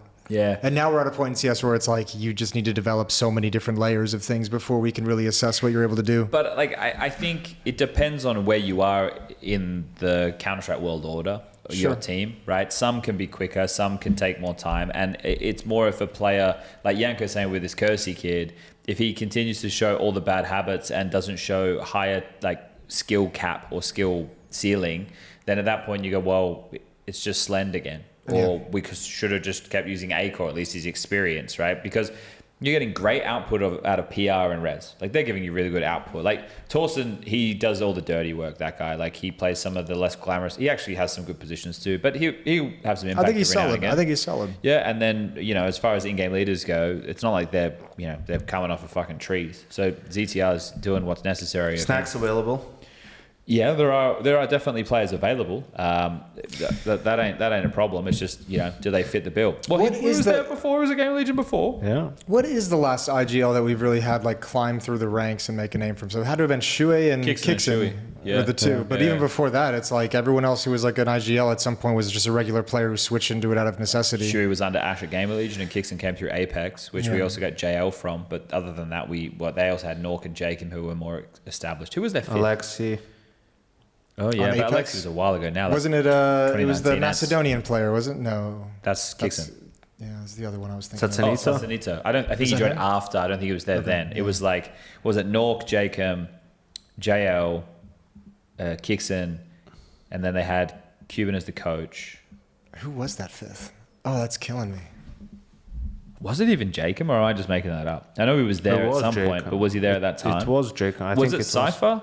No, he was on No. Into the Breach. No. They did it. Stico. Was it Stiko? Oh, it might have been Yeah, you've done well there. for Apex. I think he was there at the major. You've pulled that one out of nowhere. That Paris does sound Major. right. Yeah, but in terms of, it's hard for in-game. Like, we've seen ZTR and LNZ in-game Yeah, it leagues was Stiko. before. Nice. Well done. Good memory, Anchor. So it's not like they're not new to this. I know it's just like it's one of those unfortunate things because it makes complete sense when you think about it. And IGL has got to be the hardest role to kick off a career in because you are climbing up through a ranks of first you're playing with fucking friends who are going to be disorganized, and slowly you filter them out and get to the next level of people who are casually competitive, and then you filter that out, and then you get to semi-professional and you filter that out, and all along the way. If you're trying to become an IGL, if that's like your main goal and what you really want to do, you're mostly working with people who may not even want to compete long term Sure. or be there and probably don't want to be invested in the time of putting time into those details. So climbing up through the ranks as an IGL has got to be near impossible until you get to like a semi-pro level, and then you can make a switch. There it is. There's actually the most recent. Oh yeah, that's the one. But that's it, Yeah, because yeah. your best way to do it is through a national team. Yeah. But it's a problem if you're from a country like Mongolia or China. You could be good, but you'll never get a chance on international because your English will never be good enough. Yes. So I guess you need to be European or American, but you guys are lacking in game leaders over there as well. We're lacking everything over there. We don't have Inga leaders. We don't have operas. We barely have riflers. Stands back on wildcard though. Mate, that's got to be that's like such a weird sequence of events. What are you doing? I think that's just like he's under contract. They need a player to keep the core, and they're telling him, You're playing. "You're playing." Yeah. I mean, I understand it from Stanislaw. I'm thinking about it from wildcard. What are you guys doing? Well, they clearly have no idea what they're Yeah, doing. Yeah, like they've it's- clearly We're just all like, fucked everything It's up. so mental. Yeah. It's so insane. And no one's going to be incentivized to play over there. So Yeah, it's terrible. yeah, I think it's just gross. to pivot real quick, because during halftime we saw them playing the podcast that you did with Nico, Robs, and Donk. yeah. I thought it was really funny at the start of it when you're talking to them and about their warm-up routines, and then Donk is saying that he doesn't really deathmatch. He just shows up, plays, and Nico is sort of like smiling, like smirking at, like where he's like, it feels like that meme where he's crying behind that smile, because it's like, how is this kid so fucking insane when he just Doesn't even warm up. just plays Face It with his friends and plays officials, and that's pretty much it. Doesn't do warm up, doesn't do anything. And Well, I mean, Nico's probably smiling because he remembers a time when he could do that too, where he could just hop into a match and be a fucking guy. that's why the tears are behind. Right? I don't know. I wonder if there's an effect of like I always feel sometimes when I talk to veterans versus talking to like the more rookie or younger players, where I'm like, the veterans always talk in like such a layer of complex details of the game, and the rookies, like what we say, like they just kind of like, we just go out and kill people. Like I wonder if there's an effect at some point where like you've made the game more complicated than it needs to be. Like there obviously are a ton of details that you need to know. 100%. But you play okay, hold up. With what you're saying there, you play different iterations of Counter-Strike as an elder statesman, right? Yeah. You were initially a 1.6 or a source player, which is obviously going back. There's not many of those left, right? Yep. Carrigan, Nico played 1.6, didn't he? Yes. Yeah, so there are some who, like their early years were on different titles, but now it's CSGO into CS2, which does play differently, even if you were just going to say because of dynamics like smokes, but also the elevation of the game. Yep. And I like to talk about the current players that are built on the shoulders of giants and the people who came before, because they don't have to worry about those learnings. Yes. But it's same with like Zywa, who doesn't traditionally play deathmatch. Rob said that he played it for the major because he really wanted to win. Yeah. But they're in just such a flow state. Like, I get what you're saying. It's not that they don't have the fear factor. It's just that the way that they see the game is, especially when you're one of these fucking freaks When of you're the nature. phenoms who actually get the team setting you up, like you actually don't have to think about too many details. Yeah, but they still have very strong macro understandings, but it's not from the same point necessarily of studying tape. It's just because they are so ingrained within the game. Yeah. It's their obsession, right, to the point where they're living and breathing it, that of course they're going to understand everything about it. I think I said this on the desk as well the other day. It's like Counter-Strike is about like shooting the other team, right? Yep. Or planting the bomb and like it blowing up. Yeah, but to do that you're gonna have to shoot someone along the way and everything. Everything else there, all the strategies, all the utility, all the tactics are there to make it easier for you to do the shooting. Sure. Right? Yep. But if you're just so good at shooting, that you're winning 30-70 fights, that you're winning 40-60 fights, that you're, winning most of your 50-50s even, well, then that solves it, like to an extent, right? And we saw that with Monesi very early on with the AWP when he gets caught like over peeking an angle and gets surprised, but still flicks onto the guy and finds the kill. That's like he should be dead there. Mm-hmm. But because he's so good mechanically, he can get away with it. Donk, it's more difficult to punish him because he's just faster and better than pretty much everyone else, right? And a similar thing may or may not be true for Kyousuke. We'll have to wait and see. But the point being, and we could see this last year, we had the Field of View thing for Spirit in Katowice. Yeah. And their tournament win. That was Donk's coming out party. And he's talking in the grand final to the guys, just stop shifting like we're owning them, we're shooting way better than them. Just like, let's just run at them. Let's just swing at them together, Yeah. And that's what I 100% agree with, where it's like, nowadays some players tend to overthink things. Sure. Because yes, they came up when things were more simple. They were slowly getting and you understand all these different plays that can happen, and all the different ways that you got kills or died, but in comes Donk in his rookie year, who doesn't. But there's one thing Donk doesn't do: he doesn't overthink. Right? Yeah, Sure. true. And I don't mean that as a knock. I mean that as a, and I said it earlier last year, I love how simple he plays. Like in terms of, there's no indecisiveness there. He's just going for it. He's just doing it. And sure, when you're as good as he is, you get away with it. But so many times you see in games, teams slow it down. Players slow it down because, all right, we're in a 4v3 and they could be here, they could be there. And then they mind game themselves, and end up somehow in a worse situation because they're like overthinking 5 different scenarios, or players on the lurk or waiting for I don't know what. It's like you killed one of the 2 B anchors, right? Like you don't need to be waiting to lurk for some guy who wants to do I don't know what. Your team is going to get the side. Be somewhere where you can be of use, Sure. whatsoever. Like it's one of the things I guess that's a little infuriating to me when I see I couldn't tell. when I see people do that, because it's like you're just overcomplicating it, For sure. Yeah, I think it's a fine line, right, between just using your mechanical ability and your skill and trying to play fundamental Counter-Strike and playing the numbers, doing all those things. I upset Loba when I did this thing. He didn't like I guess it's the way that I phrase it, because I have spoken about this plenty of times before. But basically, when I was talking to Rops, Donk, and Nico, I was like, I wasn't dismissing Pika's advantage. Essentially, what I was saying was, I don't have the technical know-how to understand, the level of Pika's advantage that exists in CS2 compared to CSGO, right? So essentially, what I'm saying is, I believe it exists, but to what degree, I can't say. But one thing that I can say is that Counter-Strike players over time have gotten better. Yeah. And the way that I frame them getting better is their crosshair placement's better, Yes. right? The way that they strafe into angles is better. Yes. Their overall movement, their intention for fights is better. Their pathing is better. All of those things is better. So when they're swinging into angles, their time to kill is much quicker than it may have ever been in the history of Counter-Strike. Yeah. Because you go back and you look at games from 2015 or 2017, things are a little bit lazier. Things are wider. Things are not as premeditated. But now the game is at a point where the best players, and you see this with the Donks and the Kyousuke's and the MOUZs that we're talking about, everything they do is so premeditated, but it's ingrained because it's something that they've just done over and over and over. And those repetitions, like, this is the best way to do this thing, and I am doing this thing because it is the best result I can possibly get.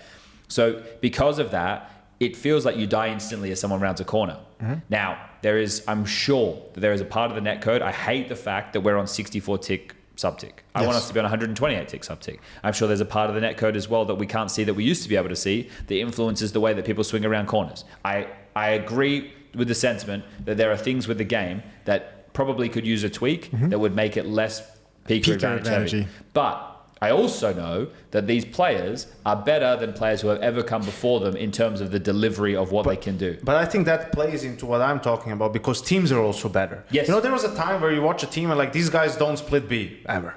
Like if they go B, it's just through the bomb site. They don't do it through mid or whatever. Everyone knows how to do everything nowadays. Yep. And everyone is anti-stratting. Everyone knows they're being anti-stratted, right? So I think that's also the reason why there's no point. Like, you just need to trust your instincts. When you think it can be this thing or the other thing, whatever your instinct's telling you, play for that and make a decision and do something, because either you're right and you catch good timing and you'll be on the flank or whatever, or you're in position to you win. have a good duel, or you're wrong, but then at least your team has more information. Sure. Maybe you can still get a kill somehow. Then maybe you will know for sure that it's that other thing that could help your team, right? But so many times people just get paranoid and they're like, oh, what if this is there? Or what if that happens? What if this is an elaborate triple fake with, health trying kits to think of every eventuality possible. Right? It's like, There's only so many options.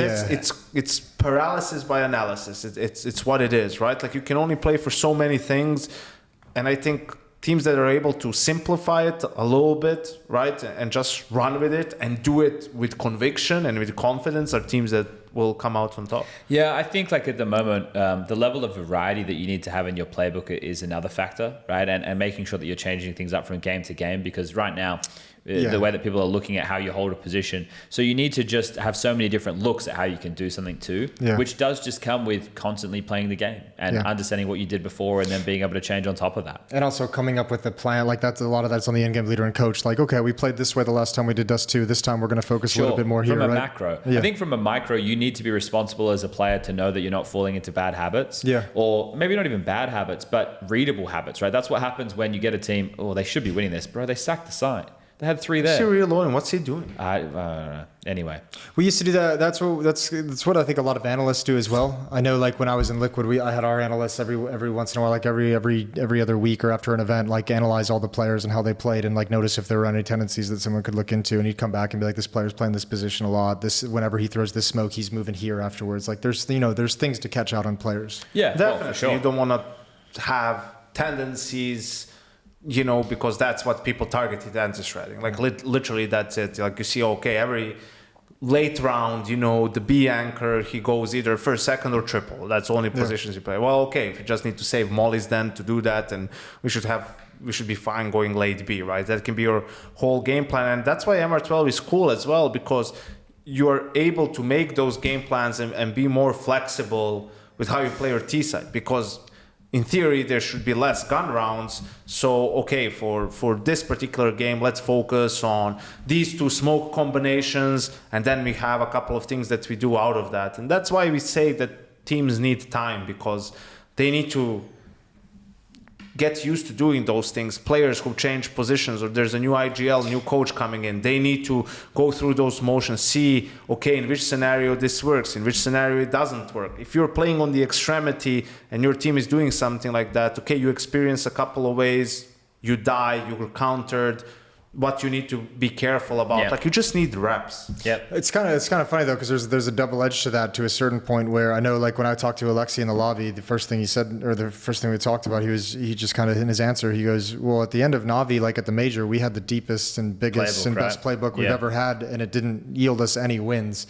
So, I mean, it's just like one of those things too, where sometimes you get down to that point and you realize that's maybe not where the weaknesses in our team are, isn't the playbook, right? It's I think for them, their atmosphere was cool. Yes. Yeah, it was definitely Cooks. Right. So, and I mean, that was on, I would imagine that's on JL, and I'm not meaning that as a knock or to criticize him at all, but I think the indecision of whether he wanted to keep playing or go off and do the streaming and the content creation was probably really eliminating the kind of contributions. We're talking about with Liquid. You have to want to be there, right? And you're all accountable to each other on a day-to-day basis. Dude, if this kid does another fucking thing. By the way, that's one thing I can talk about from the Liquid days as well, is that was my mindset when I went into the team coaching. It was like, I want to make sure that the players that are here actually want to be here. Yeah. And right when I got there is when Twist called me and said he wanted to leave. Yeah. So that was like the main point of like him departing the team. And it was inexperience on my part. I probably should have held out like a little, like, I should have probably done a little bit more to keep him and maybe like do some investigating. But, at a certain point, he was just like, I don't want to be here. And we're like, okay, well, go take like a break, come back, give it a try. Let's see how things go at the end of the year. Again, he was like, I don't want to be here. I was like, okay. Yeah. Like that's the decision. That's how it goes. Yeah. And that's the thing. It's hard to force that. Obviously, they're professionals that get paid lots of money, but you'd prefer them to be in an environment. You do everything you can to turn the environment and to get them more involved and get them to come and snap back in. And sometimes it's not possible, for whatever reason. Yeah. You boys have seen with the economy, though, haven't you? Like, it does make a big difference to the early game. At least the amount of M4s that are being bought. Nico mentioned to us on the desk yesterday that he thinks we're going to see way more heavy CT-sided maps. From the stage 1, I think 6 out of the 7 maps were CT-sided. Yeah. Now, in terms of stage 2, we've only had Overpass played once. Now, that may have changed. I haven't been keeping tabs on what the B-Stream video is looking like. I think that's 3D Max versus Gamer Legion. I know Ash likes Overpass, so maybe they're picking it here. Let me have a look. Probably going to be the case. They did. They picked Overpass. They absolutely fucking owned 3D Max. But yeah, so you're getting more maps that are CT-sided, I would say, with the Overpass introduction to the pool, as well as this little buffer, or little, maybe it's more than little, but it definitely is making a difference, I would say, which is my preference. It seems a lot of the players I talk to are like, no, we want maps to be 50-50.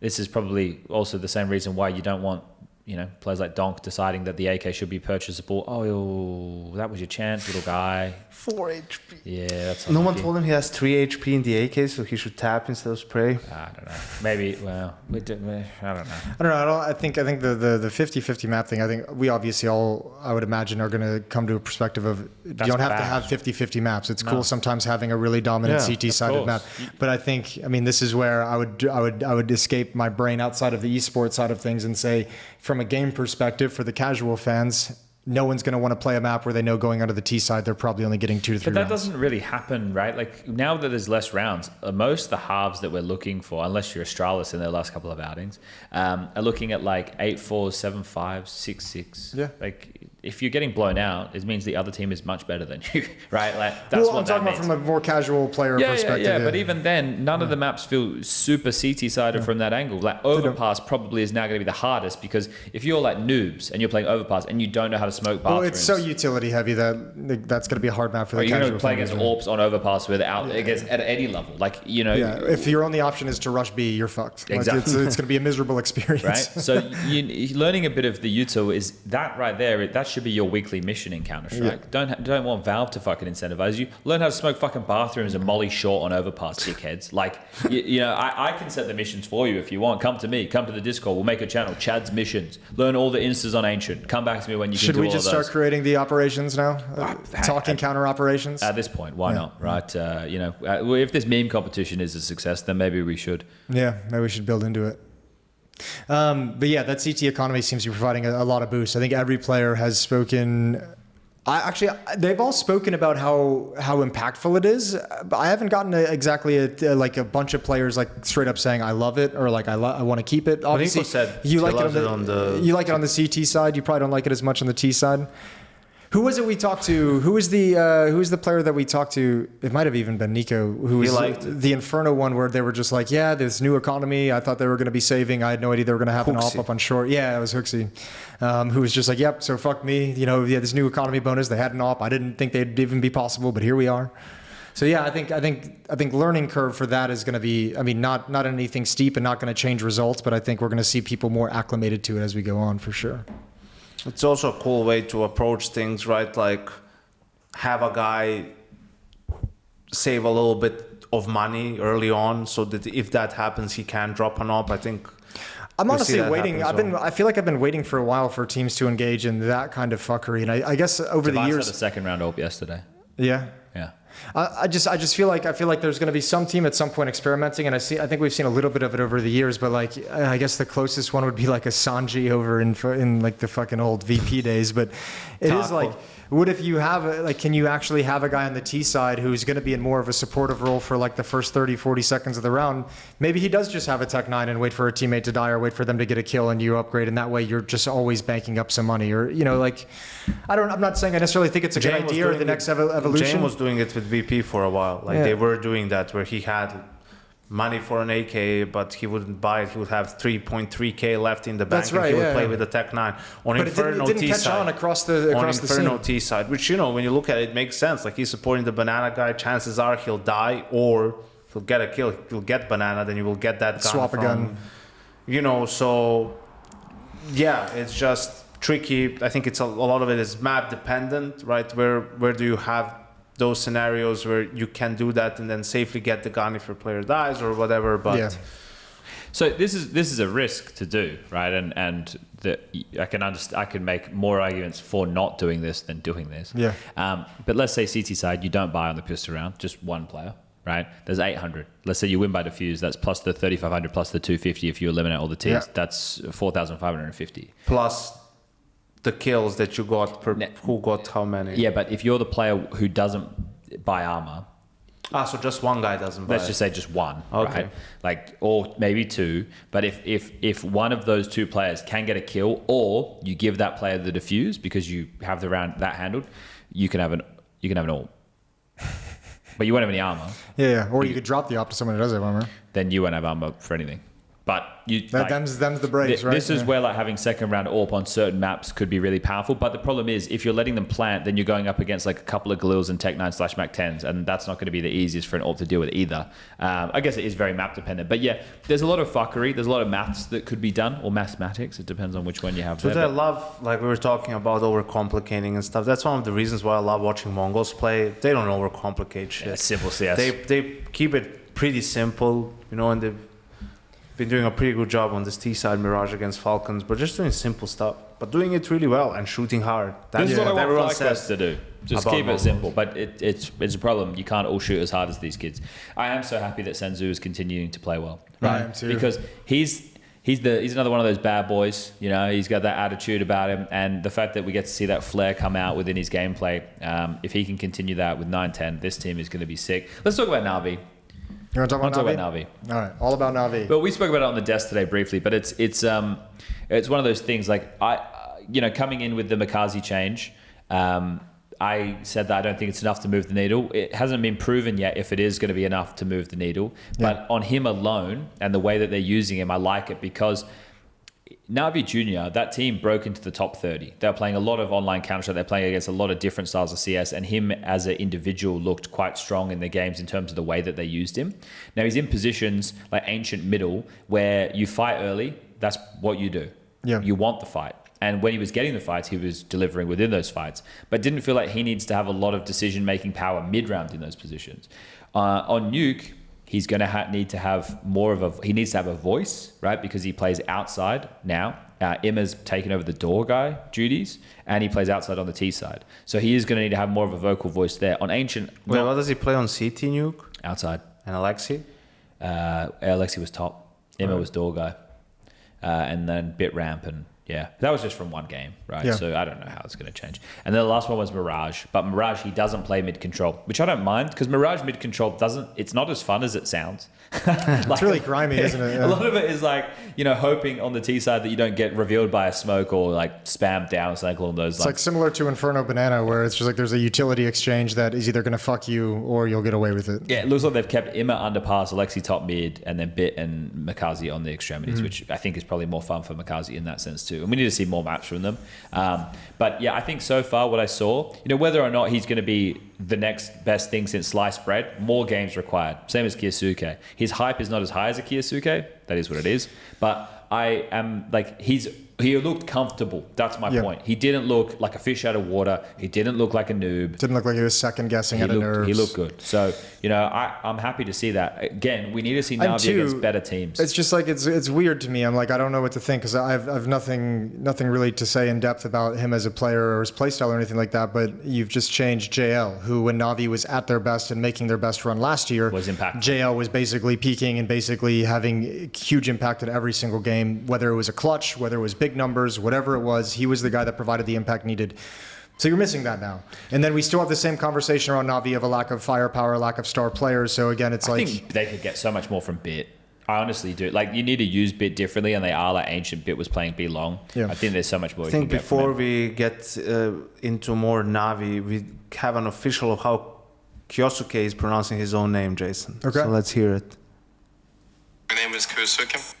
Kyousuke. What? Wow, that's like a fifth one that we didn't even know about. That's what I said, Kyousuke. My name is Kyousuke. Kyousuke? Well, he's doing his Russian accent. Yeah. True. My name is Kyousuke. Can you filter out the Russian accent? My name is Kyousuke. My name is Kyousuke. So obviously I'm going to elongate it because of my Australian accent, but I say Kyousuke. Say Kyousuke. Kyousuke. Well, fuck, I know. Like, this is... Like, the people who are upset, because I remember we spoke about this on HLTV and the comments were fucking crazy. And people were like, well, in Japanese, it's like this. He's a Russian kid. He's not Japanese. He doesn't speak Japanese. And also, it's just a fucking name. People call me SPUNJ. It's not SPUNJ. It's SPUNJ. You don't see me going off my fucking rocker about it. Also, just a PSA to all you aspiring professionals out there. If you use a number in your name that doesn't make any logical sense, I'm going to say whichever way is smoothest for a cast. That's what it's going to be. Like Zipnix. Yeah, like Zipnix. Yeah. But on the NaVi thing, they only played one series. I'm getting too far ahead of myself, but I think people would be upset with me because I was critical of NaVi. Yeah. I wanted to say that all this talk about wonderful and Wonderful is only 20. Yeah. Man, that's one of the things that sort of flies under the radar because he was on Spirit from 2022, sort Yeah, of in after the Dexter, right? in the summer. Yeah, so I think it's also a little bit when people talk about changing him and swapping him. I mean, he can still grow, he can learn, he can evolve, right? So I think that's probably one of the reasons why you don't want to do that, you know, unless you're absolutely sure that he can't change or can't improve anymore and that you need to upgrade that. But yeah, I think we'll have to wait and see if the upgrade in firepower from Makaze is what was missing from NaVi, or is it actually that the Is it relationships? supposed to be an upgrade in firepower though? I mean, it's upgrade to how JL was playing this year, not to last year. But he's not 1-for-1 in jail's positions. They've changed a lot of things. So I guess you're also hoping you get more out of Bit, you get more out of Yeah. Emma. Yeah, True. You So it's not just like Makazi to deliver more One than for JL. one, yeah. Oh, good impact. Good output late. That's our boy Senzu. Wow, they're going to be able to buy in the next round either way. But so impact, not so much. I should have said good shots. Yeah. Yeah, I wasn't really focused on the context. I just saw 2 nice kills. Who else did we have? Sorry, everybody. It's all good. We haven't seen Spirit play yet. Well, they weren't on the They Ancient. beat They Heroic did. today Oh, yeah, on they B beat this Stream. morning on the They B almost stream. fumbled Ancient. Yeah. Yeah. They went into overtime, right? That was the first map. Yeah. Yeah. And then the second map was Mirage. Yeah, but none of us looked at it. Was None it of, we were Mirage? working the other game. I was surprised that Aurora beat NIP a little bit. I don't know if I'm supposed to be surprised because they have xCloud as a stand-in for Xantares out of all people, and NIP has looked pretty decent. Well, funnily enough, Xantares was on that little stats graphic that came out a couple days ago that was really cool, measuring how much a team wins when X player gets over a 1 rating or how much Yeah, they yeah, require yeah. him. And Xantares, I think, was like 4th or 5th on the list of like, if I get less than a 1 rating, my team only wins, like barely wins any matches, only wins like 8% of games or 7% of games or something crazy. Like he is kind of, that was my thought coming into this with Aurora. I was like, Xantares is so important for that team. But who knows? Maybe they find a way to get around it. Maybe somebody else steps up into it. And I guess that's the scary thing if you're Xantares right now for Aurora is like, what if they do great without me? Maybe this is like a G2 in Dallas without hooxi situation. Like, are they going to realize that I'm not as critical to this team as I think I am? Well, yeah, and I don't know why he's needing to take the time off. That's something that they haven't actually explored. And That's Percy just said personal. Yeah, so reasons. but he does have a kid and stuff now, right? And you two know, but there could be something that he needs to be home for. So who knows? But I think that the problem is if you do replace him, this is the best player to ever come out of Turkey, right? Maybe not Yeah. trophy cabinet wise, because I think Woxic has him pipped in that regard. Yeah. But in terms of like output over a long period of time, now, you know, You're going to get rinsed by the Turkish fans if you do that. well, yeah. And his output hasn't dropped to a point where It's red there's flag anybody territory. better than him yet. They're Like- not changing Xantares unless he like wants out or something like that. Sure. But I don't think he's going to be replaced. Unless it's a social thing, because he can get pretty tilty. He looks pretty tilty. Well, I didn't really think of him in that angle until the first season this year when But he look the tilty. Really? Well, I think he looked tilty this year, but it was more about the things they were saying. Like, I can forgive a lot in terms of looking tilty during a game, like knowing you're getting tilty. I probably look tilty when I'm playing, but I get over it pretty quick. But I think for me, it was more like the tweets. It's a fucking B, bro. What the Oh yeah. Where, You know, like yeah. the tweets of like, why don't we have any fans Yeah. ever? Like, oh, we're so tired from traveling and playing in every event. And that's where I looked at this team and was like, they're so mentally fucked at the moment. Yeah, hopefully Wakadia and Joda have different mentalities to that. Yeah. I feel like Woxic has a different mentality. Because I think that was as well, Antares so- himself who put out that tweet of like, Yeah. man, we play in all these arenas and everyone's always cheering against us. What the fuck are? And that's just Yeah, like, you don't want to. I think at any point in life you want to avoid playing the victim card. I think that everybody should kind of try and prescribe to that. just for a competitive mentality as Don't well. you even? Works pretty good for talent. Oh my god. That's fair. Yeah. Well, maybe it's just a different impersonality thing. But NIP did have them on. Well, I wouldn't say on the ropes. They won the game. NIP were The pushing. second them. map was OT, yeah. Yeah, but the first map as well. NIP owned the first half. It was like 8-4 or something, and then it was the T side that was bad. It was Dust 2. So and Kaspersky had a tough time. Kasper Sky. No. had a tough time on that series after he was so good in their earlier matches. So I just was checking the result that Spirit, it was Nuke was the second map. So I don't know where Zwei was playing. He looked like he was B on Ancient. I only got to check every now and again, so I'll have to double check. Donk was at the top of the scoreboard, but when you flick between stat pages, I'd see HLTV and people were like, Donk, Eco, Frag. It's like, I don't know. I have to look after watch the game. So I can't comment about their match today. But every stage 2 team won. So we're right now set for a really good playoff. And for what we're seeing, it does seem like Vitality number 1, MOUZ number 2, Mongols number 3 coming into this one. And then I feel like, Spirit 4, and then after that, it doesn't really matter. Well, so Spirit play against Aurora, you just said. Yeah, so they should get that as well. Should be able to work that, yeah. But you think with the map pool the way it is now, mate, today Aurora picked Dust 2. It's like, not today, yesterday.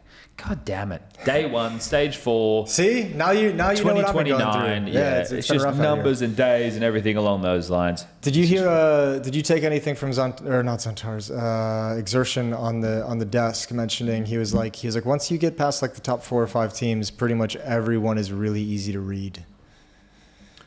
Yeah, I get that. I guess Liquid was one of those teams. Yeah, but do you think that's the context I asked him? And it was like, it looked like you guys knew exactly what Liquid were doing. And he was like honestly, like some teams are really hard to read, but once you get past the top 4, like we pretty much know what everyone's doing. Do you think that though so this is a question, this isn't a statement.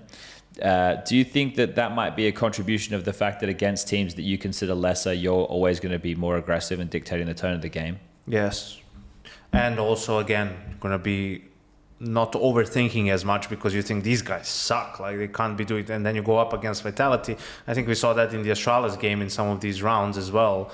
It's like, people are just, you can see how they're second guessing themselves because they get paranoid, because they don't, they didn't have information everywhere on the map, so now they're scared that something's happening, right? Against another team, they would just make a call, go with it, that, it makes the most sense at the time, and not doubt themselves. But that's what happens when you go up against when a team is the best in the role. It was the same going up against Astralis back in 2018, 2019. That's what comes with that sort of level of play and domination. You also get a little bit of that fear factor going for you. Do you think that Astralis can beat Furia the second time round? Yeah, I hope so. I think Furia beat them. Yeah, but you mean the second time around? Okay, now I get it. Yeah. I really like this Astralis. I think Yabi's output has been phenomenal. I think he's been very, very good in these. It was funny because in the interview he said like, "Oh yeah, I just did it. It's the best for the team, no problem."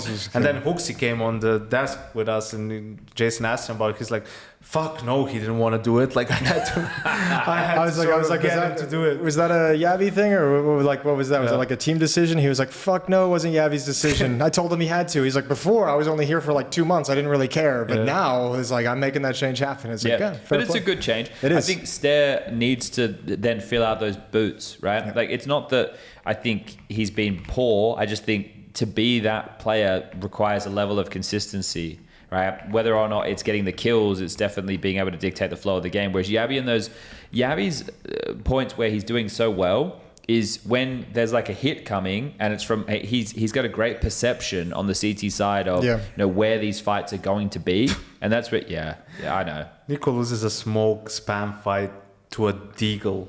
Yeah, well he's got and that's hate the to game. see this. That's the game. Well, they won both pistols and they're going to lose. Yeah. That's a shame. At least they tried, Shame, and that's the main thing. It was great to see him show up. It's actually pretty impressive how they got 5 rounds on CT side when Nico had 2 kills and m0NESY had 4. Well, Nico and m0NESY were also poor on Dust too. Kyousuke down the stretch because they were down 11-4 or something at one point. He ended up with 20 plus kills. I was going to say. They kept trying to go B and B split, and Kyousuke kept Cassis had the chance, but he flashed himself and then got tagged best call. I had something. Astralis. Yeah, one concern I have with Astralis, I'm curious because I'm starting to get really interested in I'm starting to get really excited about watching them play. I think the role swaps have done really well. I think hooxi's calling really well. hooxi's individual level is pretty fucking crazy right now, to be fair. But one thing that worries me that I'm still trying to wait and find out is I'm wondering if I'm kind of high on Astralis at the moment because Well, they played Fisher, which is a lot of lesser teams, and then they've spammed a lot of Nuke, which they've been very, very good on. They played Nuke like 8 times between Cologne and this Fisher. is where I'm concerned, is because Furia, when they played the first time, they only got 2 rounds T-side. And they could have actually beaten Vitality on that map, but they lost those pistol clutches. Yeah, Mezzi carried that map for sure. Yeah, so like I see my biggest concern with them is maybe not map pool so much, but the fact that they have lost a couple of first halves in this tournament so far that have been landslides, right? Where you need to be able to, you've got your 2 rounds and the other team's up to 6 or something, where you need to be able to snatch away 1 or 2 more to give yourself the buffer. They haven't been able to hit that. Yeah. And I think they did it better against Vitality than they did against Furia yesterday. And that's why I think that there's a better base and there's also a better case to make for Astralis to be more competitive against the top teams than Furia. But in this tournament as well, in stage 1, Yuri looked really good. Kyousuke looked really good. Molotov looked really good. They've been looking good for Furia for a while, those two. But it doesn't always net wins, I notice. Like when I see them playing. I think Fallen's calling has been pretty good. Yeah. So it's just, I don't, obviously this is to do with seeding and there was a coin toss, so it works out. Ooh. We're back. Okay. Now watch them lose 5v3 post plant on B. No, surely they say. They're going to find a way. Watch Surely this. they save No, this. Senzu's going to get one. They're going to come for it. Ooh, that was it. There it is. He's a god. He's good at He's a god. Double swing. Come on. Oh, okay, it's round over. over. Yep. Well, Kyousuke's pretty damn good with the Deagle too. The shitty thing is we get FaZe Liquid again and Furia Astralis again. Yeah, the rematches are. Obviously, we can't make them win their games, but when the coin toss happened to decide which groups they ended up in, this is just the way that it ended up. Yep. So we do get those rematches, which is cool from a story perspective. Probably not so cool from a team perspective, especially if you're Furia, you're like, well, we already beat these guys. And if you're FaZe, you're like, well, we already beat these guys. Yeah. So I wonder what changes there are in the map pool. Because I think both those games are tomorrow, right? We're doing the FaZe Liquid game second game. Yes. And what's the first so. one? MOUZ, NaVi. Yes. Okay.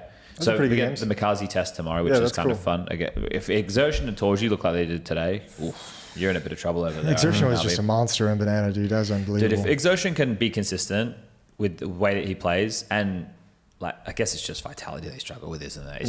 It's just really Vitality and occasionally Falcons. So And that one's mental. Like I remember watching that game from the major, and I was just like, this is so different from what normally with MOUZ is. Like they were scared to like swing and to commit to fights. They were scared, tentative, like going around smokes. That's just mental I against know, them. MOUZ will beat Vitality eventually. Just the probabilities The odds. and statistics and the odds. Like at some point it will happen. You know, the perfect storm will happen for them. But just on I think you said that in 2018 with Team Liquid. on a consistent basis. No, I said that last year with G2 and NaVi. And no one beats G2 10 times in a row, like Hunter said, right? So might be the same case with MOUZ and Vitality. But just like on a general basis, you know, they just can't seem to put it together against those guys, which, you know, you can always look at it both ways. If they do figure it out, right? If they can get, or well, then what's stopping them? what's your dream bracket for this event? For the playoffs? Well, it doesn't have to be in terms of, you know, who makes it to the final or whatever, but it's just like which teams do you want in the semis from either group? Which teams do you want to face each other in the quarters leading into those semis? So like Vitality straight through the semi for me would be what I'd be looking for. And then on the other side, I think MOUZ, right? Because they played last time around in the semi-final. I would like... Be super happy with that. And then Falcons... Mongols and Falcons. Vitality, Mongols, Falcons, and MOUZ Spirit. Liquid. No, No. definitely not Liquid. MOUZ Spirit. Can't have a little bit of fun on this podcast. Maybe anymore, NaVi. right? Fuck Jesus it. Christ. Jesus, okay. So Or NIP. I'd go with NaVi. Because Snappy said he thinks they can win it. I'd go with FaZe. I like Snappy, but I don't think that they'll be in the playoff bracket. So if this continues in this direction, well, it's a bit hard to say, but Mongols are one map up. So Yep. Mongols win this, they're in the playoffs. Yep. Then they're going to play against Vitality again, maybe, if Vitality deal with G2. So They could break the streak. maybe. So Vitality in a semi, and then that would put Mongols on the opposite side of the bracket, so they'll play in the quarter on the same side of MOUZ. Let's say MOUZ top their side of the bracket. Yeah. So then it would be the third place team of Group B that would play Mongols in the opener. So third place team Group B would be NaVi. So that's a common matchup. We've seen that matchup several times. Yeah. So I don't think FaZe have enough. Yeah, They don't. They don't have enough. It's just, you know, There's always They're that just exciting. factor. That's the thing. There's always the what if with them. And you this know? was what made the old VP roster, the Polish one, like so fun to watch. Was like even at the end when we all knew they were past their prime That's and so not going to sad win many when trophies. you frame it that way. When you say now they've become the VP of 2018, 17. Oh, But you know, it is just the plow, just one last time. just give me one last hit. You know, give me one last experience. With the framing that I've done, actually, you know what? I take it back. I want Spirit to be on that side of the bracket, which means that I need Spirit to beat MOUZ, Okay. right? So Spirit are on the other side of them Vitality. Then you get Mongols versus NaVi still. Winner of that into Spirit, winner of that into Grand Final, which means then you get MOUZ versus Falcons as your quarter into Vitality. Because Falcons lose this, they can only come third, which means if Vitality do win their matchup today and then tomorrow or Tuesday, they'll be on the same side of the bracket. Okay. You were just working very hard to get there. Yeah, but I got there. Yeah, you did get there. It was good. But I don't know, because I feel like Mongols, MOUZ, NaVi, same side of the bracket feels boring, whereas Spirit, Mongols, NaVi seems more exciting. Right? Spirit, NaVi, Mongols. I'm just watching how Falcons are going to lose another round to Pistols. No, come on now, Yanko, Have some come faith. on. Going into the Now. stack, Chad. They're going to lose to a Zeus. There it is. Come on now, Yanko. 8 combined kills between these last two players now. Nico and Monacy having a rough day in the office. I thought they were about to be... Oh, okay, there you go. It's not bad. Ilya Tapourier over there. 910 is fucking screwed. Where's his teammate? He's probably like, boy, can you come up catwalk? Like, please, for the love of God. Mazzini's about to get fucking... Yeah, there you go. See? Look, it's all okay, Yanko. Yeah, of course they lost 3 guns, Chad, and now if they lose one round, they're going to get to reset. The CT economy is overpowered. Falcons winning this would actually be more exciting. Oh, yeah, for sure. Falcons on the opposite side with the idea of the Falcons Vitality final. You're going way too... Yeah, but... You know, this is... I'm like matchmaking. You like theory crafting. I'm Dana Whiting here. You're you know? match fixing? Yeah. We should get Josh on as a guest. We need a guest. Low But hanging fruit. do you want to do one Sunday after the final or Sunday before the final? I think after the final. After, probably. When do you leave on Monday? I'd like to, if we can, get a player during the 2 off days. Yeah, You know? we should do that. My Thursday I can't. My Thursday's booked. It has to be Wednesday. Yeah, we'll accommodate see what we can do with Wednesday. My Thursday is fully booked. Players been hard to get recently. Yes. Tell me my about it. flight is at 6 a.m. out of Dusseldorf. So I'll be having a 3:30 a.m. shuttle. You're going to get a shuttle to Dusseldorf? Oh, I guess the trains aren't running then. I mean, I'm happy to take the train, but they always provide shuttles. So The train won't. Actually, it's not that far. It's only 40 minutes. Yeah, It's not it's too not bad. Yeah. Mine's not until like 9 p.m. or something. Yeah. My flight's Ugh. going to be full because a lot of people are heading back to Malta for bounty. 9 p.m. Monday. Yeah. Well, like Harry and Hugo. I don't think Hugo's on that flight, but I think Harry might be. Obviously, Alex will be. Oh, yeah, bounty's right after this. Exactly. Yeah. So yeah, it's kind of cool. There'll be 2 weeks where I'm at home in Malta, and Malta will be stacked. Like Scrawny Lotters will be Talon will play, there, Talon Harry and will be Hugo there. will be there, Yeah. right? So I think Freya. I don't know who the analysts will be. Probably Maui. And you're not working the event, so you can just Won't host be me. shindigs. Yeah, You can just- Henry and Dinko will be there, but not working. So you know there'll be a lot of people there, which will be good fun. So that'll be cool. But yeah, I don't What else we think... got going on in Cologne right now? it's a 1v2 for Monacy. He botted out and won a 1v1 the other day against He's Rez. going to win this one. You think so? No, probably not. Look at this, a very, very long rotation from Blitz. Yeah. Senzu has the kit. It just gives Monacy a lot of time if he works up the courage to get into CT. It is weird to see him and Nico both like struggling frag-wise, like this badly. I wonder what that is. Oh, that was it. That was the one he needed it. How much damage did Senzu just do? That's crazy. Senzu's a beast, man. This kid, I think Senzu's so. the new revelation. Well, it was just him not doing on stage matches. He was good in every other game besides a stage match, and now he's broken through. Blitz has to be the only in-game leader in the world who sits at the end. Yeah. I don't know. Maybe we're in the techno era. Who knows? Techno's not in-game leading. I promise you that. What else we got with Cologne? What else is going on here? Stiefel. Stiefel is it is a place. It's been a while. I think we covered pretty much. Cologne Bonn Airport. Have we gotten everything? Anything else you guys want to add? We've got Okay. Is it Deutsch? It's a Deutsch. Surely there's something we missed. Hold up. Let me check. You want to peruse a It little was bit? cool to see Vitality pick Overpass. I mean, you know, it's scary for everyone else that somehow maybe their map pool got stronger, and they weren't tested enough on Anubis. No one picked it against them the last 3 months. They haven't played it. Haven't had to play it at a major. Yeah. So they got to play, you know, mostly maps where they have like 85 plus win percentage on. Sure. I mean, that's kind of crazy, and it's probably something that, I mean, for MOUZ, let's say, they'll have to maybe pick up Overpass so they could try and play it against Vitality. Inferno was terrible for them, and yes, they did beat them on it on the semifinal of the major, but Yeah. I don't know if that feels maybe like a one-off. Blade broke his shoulder riding one of those scooters around town, apparently.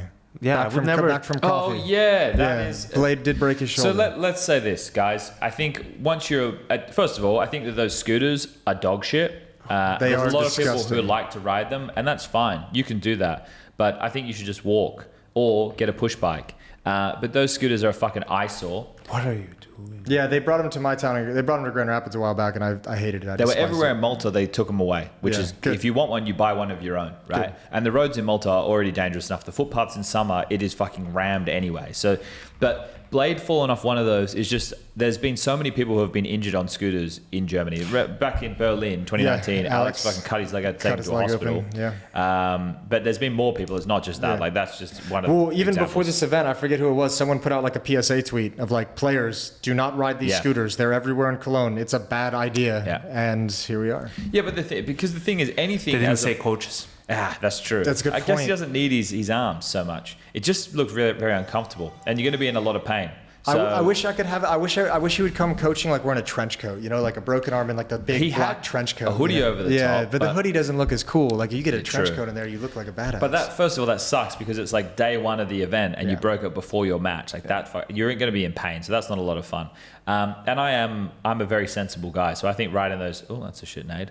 I think anybody riding those things needs to fucking have a long, hard look in the mirror. And people are like, yeah, but I can get from point A to point quicker. Don't leave late. Allow enough time. also, Walking's better for you. enjoy the walk. Walking is so much better Enjoy for the you. walk. Get out there, have a little stroll. Yeah, enjoy the weather. Right? Yeah. Yeah, throw some headphones in if you really need I to. know Listen to some music, some podcasts if you want. Bang on. Listen to some Charles Sonnen with You're Welcome. You know, put on some Theo Von. Yeah, turn it into a beautiful day, guys. Enjoy yourself. Put on some Talk and Counter. Make sure to enter the meme competition. How long have we been going for? Make sure to We've been going for like close to and 2 hours. subscribe. Yeah. Oh yeah, make sure you like and subscribe. Like and subscribe. Maybe I'll edit this and put it at the front of the episode. I did get tagged in a tweet while we were doing this podcast. It's from the Esports Awards, which you know we're not allowed to talk about. But I've been nominated for Esports On Air Talent of the Decade. Congratulations. Thank you very much. Congratulations. Now it's a tough field. I can't win. What are you working with? Well, I won't start at the top of the list. I won't ask why. Well, we'll start like around me. So no, in terms of tagged, Captain Flowers, Okay. Shiva, Sure. Dash. Oh, it's gonna get worse if that's where you're doing it. Zoe, Okay. tough there as well. Uber, Esports Kobe. I don't know Esports Kobe, so sorry to Esports Kobe. Lauren, Alex. Oh, okay. Alex is in there. So So which decade are we talking about? well, the Like, last 10 I would years. assume think it's 2015 on. Yeah, I think it's just literally the last 10 years. It's not like a decade that makes Yeah. sense. Puckett, Okay. Puckett will be tough. Golden Boy, Ooh, Golden Boy. and Shocks. yeah. Yeah. Well, you're going to have to really pimp out your social media if you We want do to have win a Discord with 2,500 people. Yeah, I think you're going to need more than that. I think we're going to need to add in Flom's Half of them Discord. hate I think your we're going ass. to need to add in, I don't know, just a bunch of Discords. Chromium Remember, won't be guys, voting you for can me. vote No, every day. Chromium's not voting for you. That's for damn sure. Make sure you guys buy Wooting keyboards. Use the code Talking Counter. Yeah, not like that guy on the last YouTube video who bought 10 and Can't didn't believe use he the bought code. 10. You bought 10 and forgot He to could have use had the 10 code, Uwus. man. Could have had 10 Uwus. No, then he went on and bought 10 Uwus separately. Oh, okay, perfect. Also not using That the code. actually, I mean, outside of the jokes, that is a good thing to note. If you do want to take advantage of the Talking Counter code for the free UU, you have to add it to the cart and then apply the discount with it added to the cart. Just to throw that out there. Okay, so add to the cart. Add the keyboard to the cart. Then add find the the UU to the cart. Yep. And then add the discount code. And it'll take the UU off of your cart. I see. Yeah. So you need to. Okay. All right. Yeah. Well, that's good. That's You need to important for people pretend you're know. going to pay for it first before you get it for free. Aha. Yeah. Just like for a lot of other things in life. Yeah.